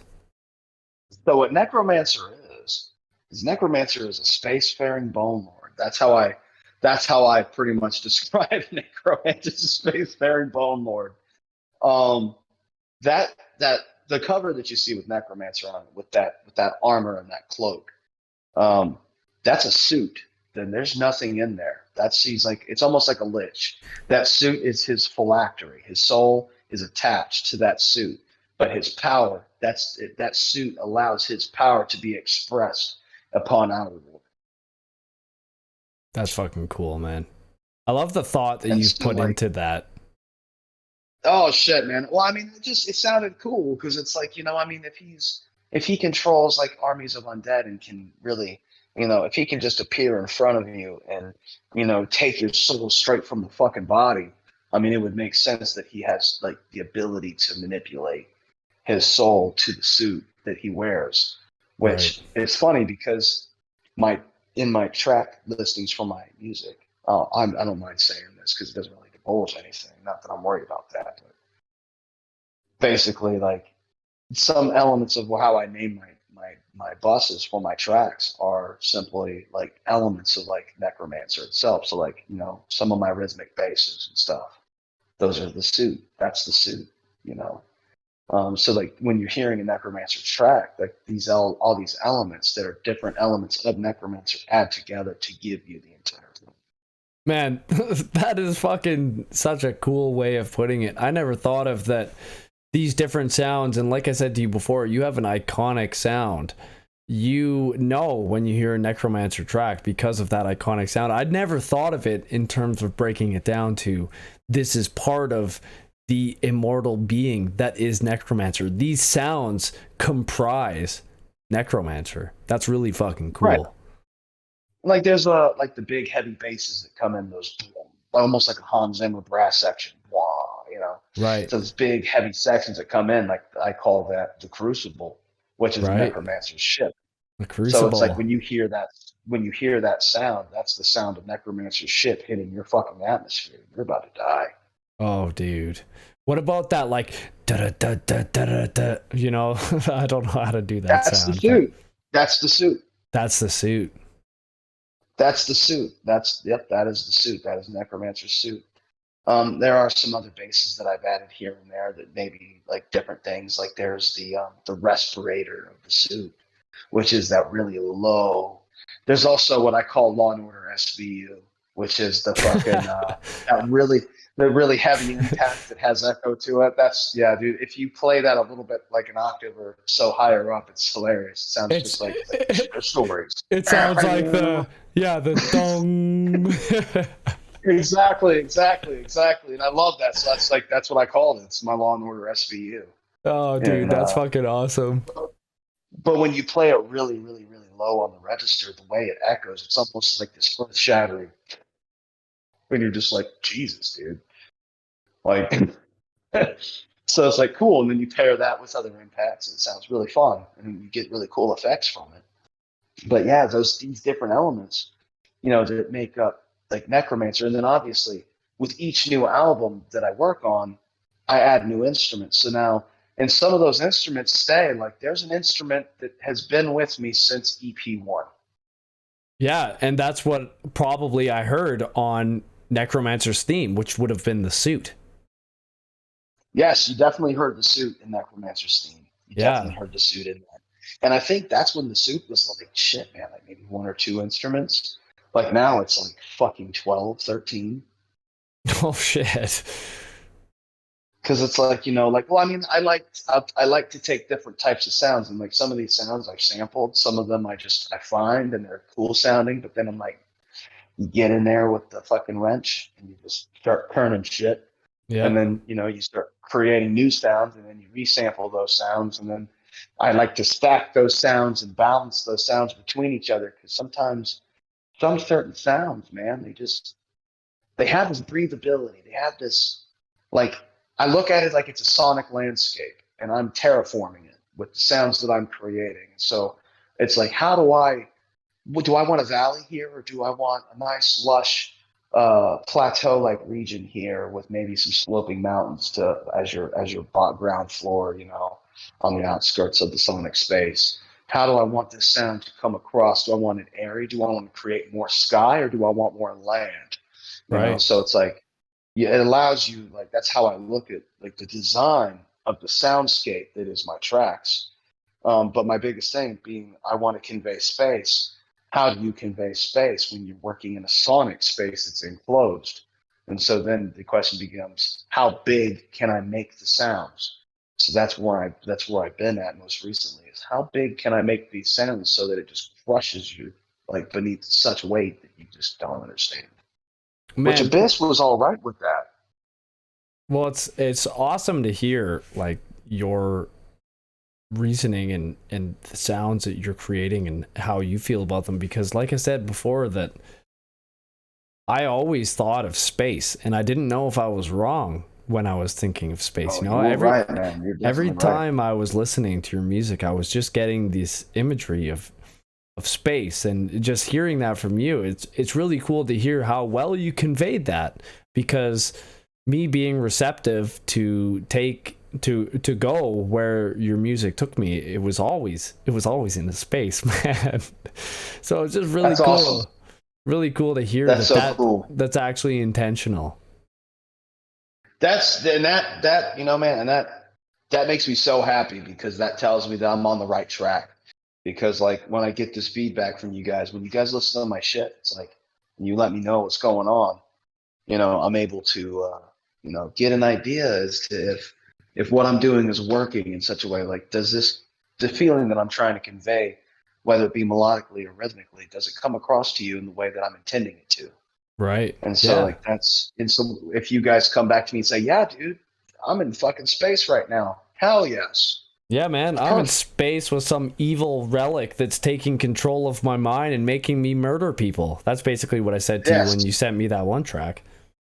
Yes. Yes. Yes. Exactly. That's the essence that is Necromancer. Like, it's almost like it's not so much like it is one consistent story of what Necromancer is and what he does, but it's also like moments throughout multiple universes where Necromancer has interacted with the universe around him, because he's Right. a multidimensional being.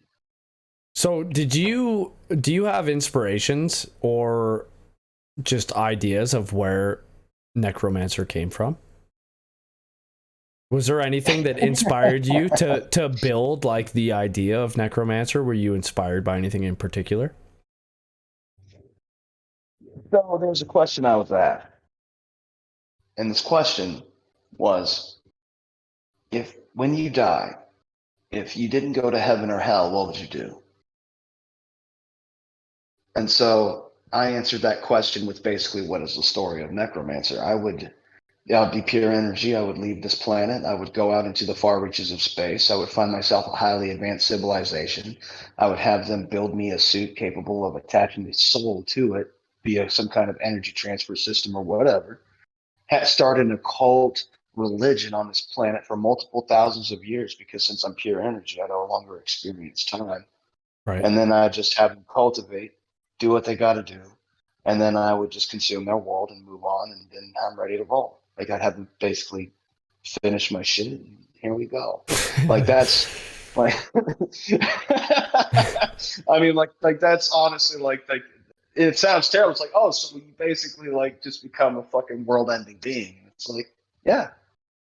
I mean, honestly, I was thinking of naming this episode On the Edge of Madness, because I just feel like that's where we are with Necromancer, is just this all-consuming being that eats. It's a world eater, you know?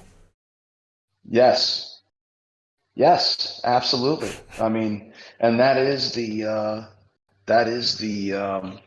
essence that is Necromancer. And yes, it kind of takes you to that place, working on it a little bit, because like some of the tracks are very, it's not that they're difficult to work on, it's just like sometimes, I don't know, man, like you got to go to a place, Yeah, to for kind sure, of man. create shit, and when you're in that space for long periods of time, it can be taxing a little bit on the being, because you're like, it's not that it's negative per It's se. dark. It's dark. It's exactly, it's very, it's existential type shit. I mean, you're sitting there thinking about, your place in the universe. You can get lost very quickly. Absolutely, man. I know what you mean. It's not like, oh, it kind of is evil in a way, you kind of embody this dark entity that you have to live in and It's see a power trip, feels. man. Like, Necromancer is a power trip. Like, that's honestly, like, if I were to quantify Necromancer broken down, if I were to describe it, like, people ask me, what is Necromancer for me? It's a power trip for sure, because it's like, when I'm Necromancer, I'm this powerful being, doing all this cool, crazy shit out in space, and and hopefully to a pretty badass soundtrack. And that's how I look at it. It's like, if I were to have Necromancer, like, if I had any kind of if I had any kind of music video or animated music video or any kind of custom animations or anything of the sort like that, like, I would want the music to be as cool as possible, and it's like, or as cool as I could possibly make it. My take on it, Yeah. Like, this is my take on existential horror, and yeah, man. I mean, that's what Necromancer is. He's a power trip. It's like, I get to be this cool, powerful dude. All-consuming. That's why I always play Necromancer every time I play fucking D&D or any other kind of, like, if there's a Necromancer class, dude, I'm there. I'm doing it. Like, let's go. Raising dead people. Yeah, man. Raising the dead. So is that something that you've thought about with, like, Necromancer in general? Is that's something that he does, is raise the dead? Where does that fit in? Where does the name Necromancer fit into the lore of Necromancer? So Necromancer, if you go back, depending how much research you're willing to do, you could go back and see the origin of the word Necromancer goes back to, like, old Greek. It's like necromantia or something like that. Right. Or like even Latin, like, just necros, meaning death, which is Greek, I believe. My buddy be able to tell you that. He'd be able to either tell you I'm stupid and have no idea what I'm talking about, or he'd tell you, yeah, man, he knows what he's talking about. Well, for all intents and purposes of this podcast, we're going to go with what you're saying is correct. I'm pretty sure. I'm pretty sure. I'm not a barbarian. But anyway, yeah, it goes back quite a ways. And what it basically meant was you're communing with the dead in such a way where not necessarily raising them and ordering them to do things, you're offering the dead things so that they give you things in return in the form of knowledge or wisdom. And it was an Okay. old pagan practice that, a lot of like people frowned upon because like it's hugely disrespectful to fuck with the dead. So like, Right. but at the same time, there's cases where like, someone will make an offering and commence the ritual and have their dead mom show up and be like, hey dude, can you find out about such and such down the street for me? And then the dead mom's like, no problem, son, love you, be right back. And then they just float on over. Do what Yeah. they do, come back. Yeah. Hey, so and so wants to kill you next Tuesday. You're going to have a death battle. He's going to challenge you in front of the king. And it's like, thanks, mom. See you later. That's necromancy in a nutshell. Right. in old pagan days. Right. Um, so for Necromancer, me, and the whole music and the story of what he is, when he consumes a world, the damage of destroying a world and killing all these people or all these beings doesn't matter what it is, what if it's an alien world, human world, whatever. That energy, that soul energy that's released, goes to his ship. In which case, he refines that.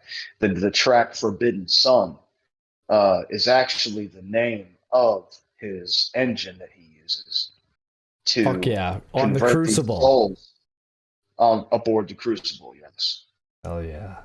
And so the Forbidden Sun is the process of taking that soul energy, and he more or less takes those souls and puts them in an eternal purgatory where they live out multiple universes like normal lives. To them, nothing happened, but their souls being used as energy. It's like some Matrix shit, but on a soul level, not necessarily biological. Man, that is fucking awesome. The amount of depth that you've thought into what Necromancer is just, that's fucking wicked, man. It's not even just this thing that you're doing musically. It's not just a title, Necromancer. You have actually fleshed out a world, a being, and what it is to be Necromancer. You live what it is to be Necromancer. And that is Yeah, I fucking mean, I try. so rad, dude. I appreciate that, man. Thank you. I mean, I try. It's fun. It's hella fun. But like, I also, I'm a kid, man. I'm a big kid inside. So like, to me, Same. like, this, like, I'm just trying to create the type of shit I'd love to watch or see or encounter. And I Yeah, hope that man. other people like it too enough to, you know, to even to be enough to mention. Obviously, I think I've got some awesome feedback from a lot of cool different people about my music, you included, man, and all that feedback. I'm truly humbled and honored that you guys love my shit, man, and it's cool as hell that that the music that I'm making takes you guys places. It's super awesome. Yeah, man, that's got to be a pretty cool feeling to just hear where what something you've created can take someone, and just even how different it can be to what you have created. And like you said, that the canon that wherever I go is part of the world of Necromancer is just such a Yeah, cool premise in and of itself. Each individual person, where they go when they listen to the music, is all part of the canon of what is Necromancer. Is just such a cool way of telling the story, man. It's really cool. It's just so inclusive, and it allows people to express what they feel and what the music means to them, while also contributing to what the actual overarching story is of Necromancer. And that's a really cool thing, man.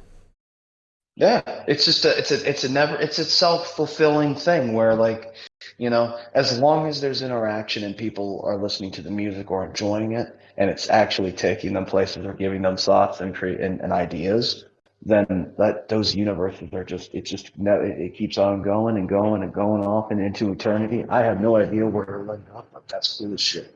If you would ask me like earlier on in the podcast, like this is the most fun I've had as Necromancer. And the reason I say that is Yes. like the freedom I have in the dark synth horror synth genre to be able to just kind of go in and just make stuff and Right. just like, create these different, Uninhibited. like obviously, Yeah, exactly. It's like, like I did metal for the longest time. And like, I got some headway with some metal. It was cool. It wasn't anything crazy or anything like that. You know, I like metal. I enjoy playing it. But there's just something about the dark synth horror synth aspect where it's like, man, I get the same. I'm able to jam to it like I could with metal, but at the same time, it has some of these other elements from different types of music that that's the beauty in the genre is that it lets you do that. It lets you create these sounds and these feelings and what textures and all that good stuff. Yeah, man. And that's awesome. Just having the creative freedom to explore these different avenues and finding the sounds that you want to create, and that's just awesome. Yeah, like can you scare yourself? Like that's a big question I like to ask when I Right. go to write is can you scare yourself with what you're making? Like, does this track make you think about some really scary shit? It's like, yeah, sometimes it's like, not quite delete. And then if it's like, Right. dude, holy shit, bro, I'm like in the depths right now. This Holy is definitely a save. shit, dude, I got fucking goosebumps right now. The best part of any track to me personally is when you do that first listen from beginning to end when it's done and you're like, dude, all Holy right. fuck. Like, fuck yeah, man, sweet. Okay. And then, or you're like, God, I hate this. Like, there's some tracks that I had that are like that, where it's like, man, I hate this fucking track. And someone's like, I love it. And it's like, you're like, this is I'm my glad you like least it. favorite track. It's like, I'm glad you like it. They're like, it's one of the best tracks ever. And I'm like, all right, well, since we've been man, talking wow. about Draven, let's play your track with him, Beyond Death. Yes, perfect.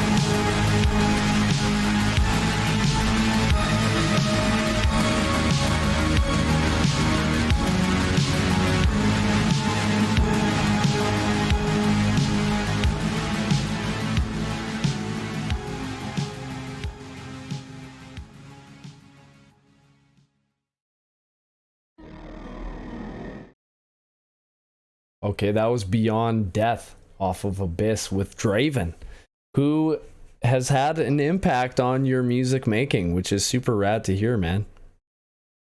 Oh yeah, man. It's kind of like a back and forth with me and him, and that's what I love about it. It's like, I'll do something and he'll be like, "Dude, that's cool," and then he'll do something really cool, and then I'll hear it and be like, "Dad, that's really fucking cool, man." And then it's just a wonderful.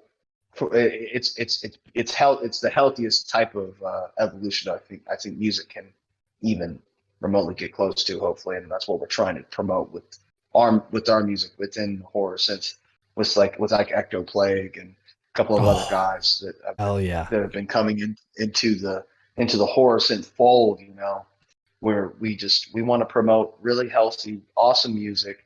We want the genre to be a place where people can come hear the coolest shit and enjoy themselves. People who love horror, people who love, like cosmic horror, existential horror, slasher, it doesn't matter. Like if you love the dark, gritty stuff, like it needs to be a place to turn to. Like this Nice, is the man. genre. That's so rad. You Yeah. guys have like a symbiotic relationship. Yeah, and that's the beauty in it too, because we try to push each other to write some of the best stuff we can, and it's been a fun, really fun journey, most fun I've ever had in music ever. It's always good to have someone that you can rely on too, to be honest with you when you're kind of displaying what you're making, and someone that's going to give you actually constructive criticism. That's such a valuable thing to Yes. have. And someone who also produces music is probably one of the best people that's going to give you that feedback. Oh yeah. I mean, well, you get to a point in your where it's like it's a professionalism thing so much, once you kind of get past the narcissism for the project, because like a lot of creators, and I'm not even just talking dark synth, horror synth, I'm talking like artists, musicians, Right. everybody who makes stuff. You love what you create. I mean, otherwise, why are you making it? Right. But at the same time, you have to be able to look at it objectively, and it's cool when you get people who can deliver that feedback to you in a way that doesn't necessarily, like, they're not shitting on what you're making. If it requires work, it's like my biggest statement that I'll tell someone: "Hey man, this needs some love. It's Right. not bad. It just needs some love. Show it some love, man." Yeah. And so, that's for anything. Show it some love, man. You get out what you put in. Yeah, totally, And I man. love that. I love that with Draven and Ecto Play, because we're just a bunch of dudes making cool music, trying to see how far we can go with it. It's fun.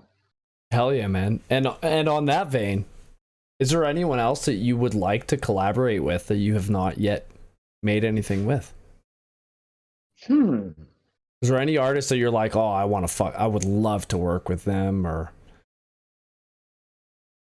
it's a You tough question. know, You don't have to have an there's a answer to lot of that good right dudes away, out but there, man. Yeah. Oh, yeah, no, for sure. There's a lot of good dudes out there. And I'm not opposed to collaborations. I'm kind of a hard ass, like, not necessarily in terms of like, I don't shit on people, or oh, you're not good enough to work with me, or anything like that. It's nothing like that. It's just I'm looking for very particular things. right, that's And fair, man. I wouldn't want to ask an artist to do something that goes beyond what they're doing as an artist. Right. So like if there's anybody out there who's like, who would want to work with me, and, has listened to my stuff, and, we listen to each other's stuff, and, wants to work on a project, hell yeah, man. I mean, see what we can work out. But I don't really I don't know. I'm kind of a free spirit when it comes to that. Like I said, Space Fear and Bone Lord, man. I'm out there in the depths. Like if you find me, cool. If not, I'm just gonna keep on floating. Yo, I'm out here on the fucking crucible with all of these souls, okay? I'm gonna absorb yours and Oh, it's like charge I'm the on my way to crucible the next with planet, dude. it. I'm on my way to the next planet, and like, oh, dude, you came across me. Cool. Yeah, sure, whatever. Oh, I'm gonna keep on floating. Here I'm going, still floating. Have you ever Like, thought of working with any vocalists? man. There was a good friend of mine that I used to work with. She's Norwegian. Yeah. And she has probably one of the most beautiful voices I've ever heard. I would love to do like a female vocal on a track. I would love to do like a toned down female vocal track. I think that'd be cool as hell. Yeah. Um, but like, it's just tough to like, it's tough to find. It's tough to find someone who can really pull off what you would want to do. And Right. So like, I mean, I'm always open to new musical ideas and avenues. Like, I mean,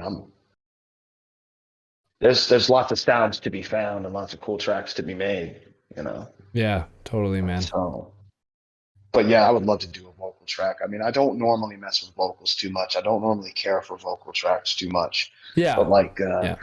Perturbator's, some of Perturbator's stuff that he's done with some female vocals has been gorgeous. Love Yep. it, love that work. There's So, there's a you know, couple like something. there's a couple female vocalists that I could think of that would, suit your dark sound. But Perfect. yeah, Man I can mean dream. it all depends on Lord can dream. it all depends on the vision of what you have for Necromancer. So Yeah, with absolutely. that in mind as well, what's next for Necromancer? What can people expect to see in the coming months or years of what's next for Necromancer?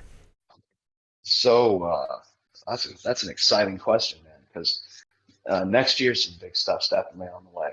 Hell Definitely yeah. got an album will definitely be coming next year. I'm not going Nice. to say when. It's going to be fun. It, Definitely going to have some really, really, really sick artwork from, of course, obviously, shout out to Sari Krikun. Um, Fantastic artist, man, legend. A god amongst men, I would even say. When it comes to visual media, because that man's level of detail and quality is just unrivaled in my opinion. Not saying that there aren't other good artists out there. I mean, there's a lot of hell of good artists out there, but just working with Krikun's been a blast, and I love the guy. that's Fantastic dude. that's awesome, man. He Um, he brings your vision to life.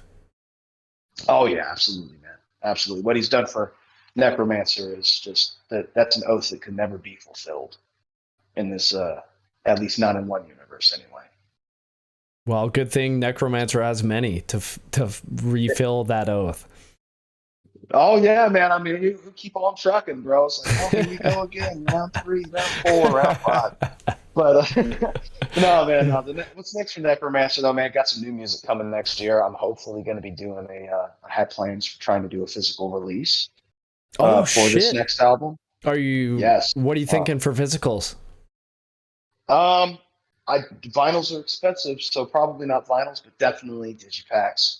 Um, Hell yeah, man. I always probably, love a prob nice fucking digipack CD release.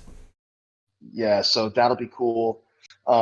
Gonna definitely go all out with some of the stuff that like I want to try to get some of the lore in this album, that this next release for this album, because a lot of fun stuff in there. I'm hopefully I've been doing some talking around with some people about some t-shirts. Maybe I'll get some t-shirts up here soon, Hell yeah. or some hoodies or something like that. Would really love to do that. Nothing large scale or anything like that. Won't have a storefront or anything like that. It'll be one of those like, hey, reach out to me, and we'll work on seeing what we can do.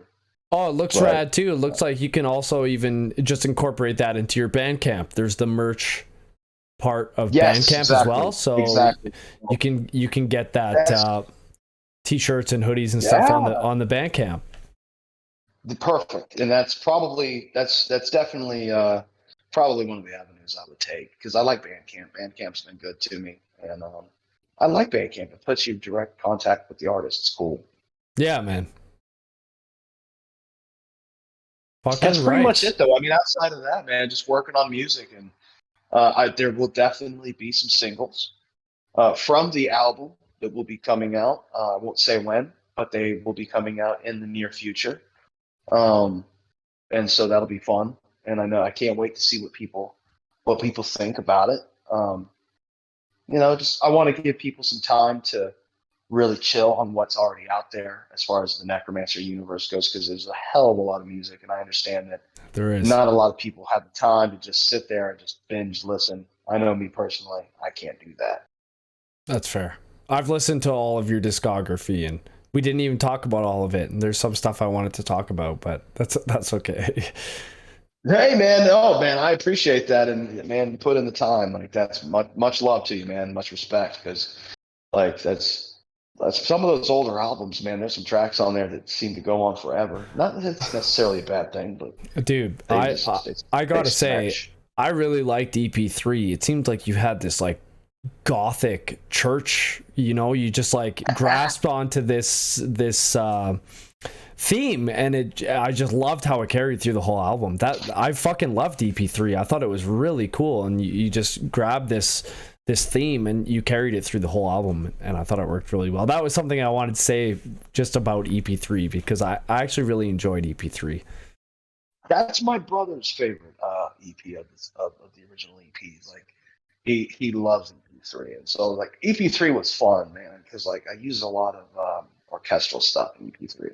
Yeah, dude, like those church bells, Yeah, I fucking loved that. I loved how they carried through a lot of different tracks. You heard those church bells and you're like, this is an overarching theme of this whole thing. And I mean, even the titles, you chose those titles all strategically. Like that EP3 was, you designed it really well from a sound standpoint, but also even just from the title standpoint. I thought it was just a really, really well curated album. Oh, thank you, man. I appreciate that.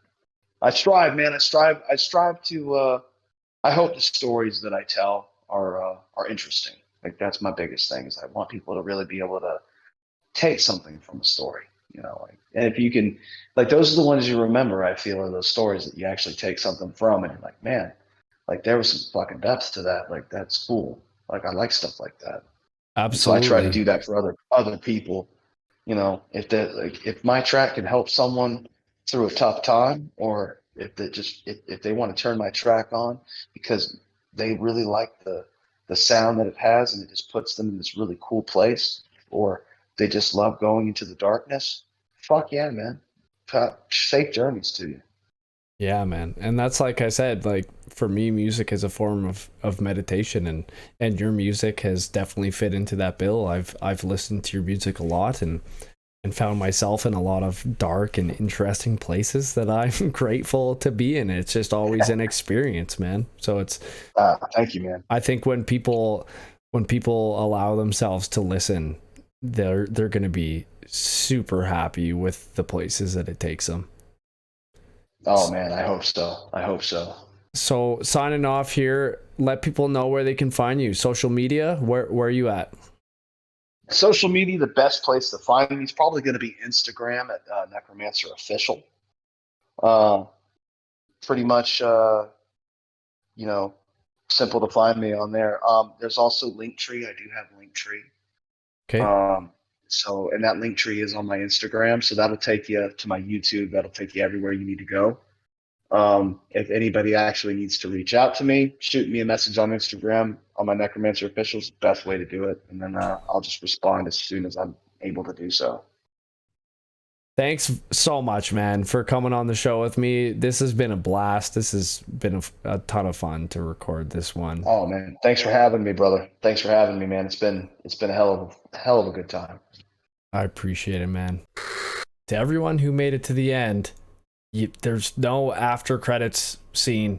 This isn't a Marvel movie. You don't get to find out what's next. But I do appreciate you, and thank you very much for listening to that entire episode. If you enjoyed it, please check out Necromancer on anywhere you listen to music, and look him up on Instagram as his main social media at Necromancer Official. Until next time, be well.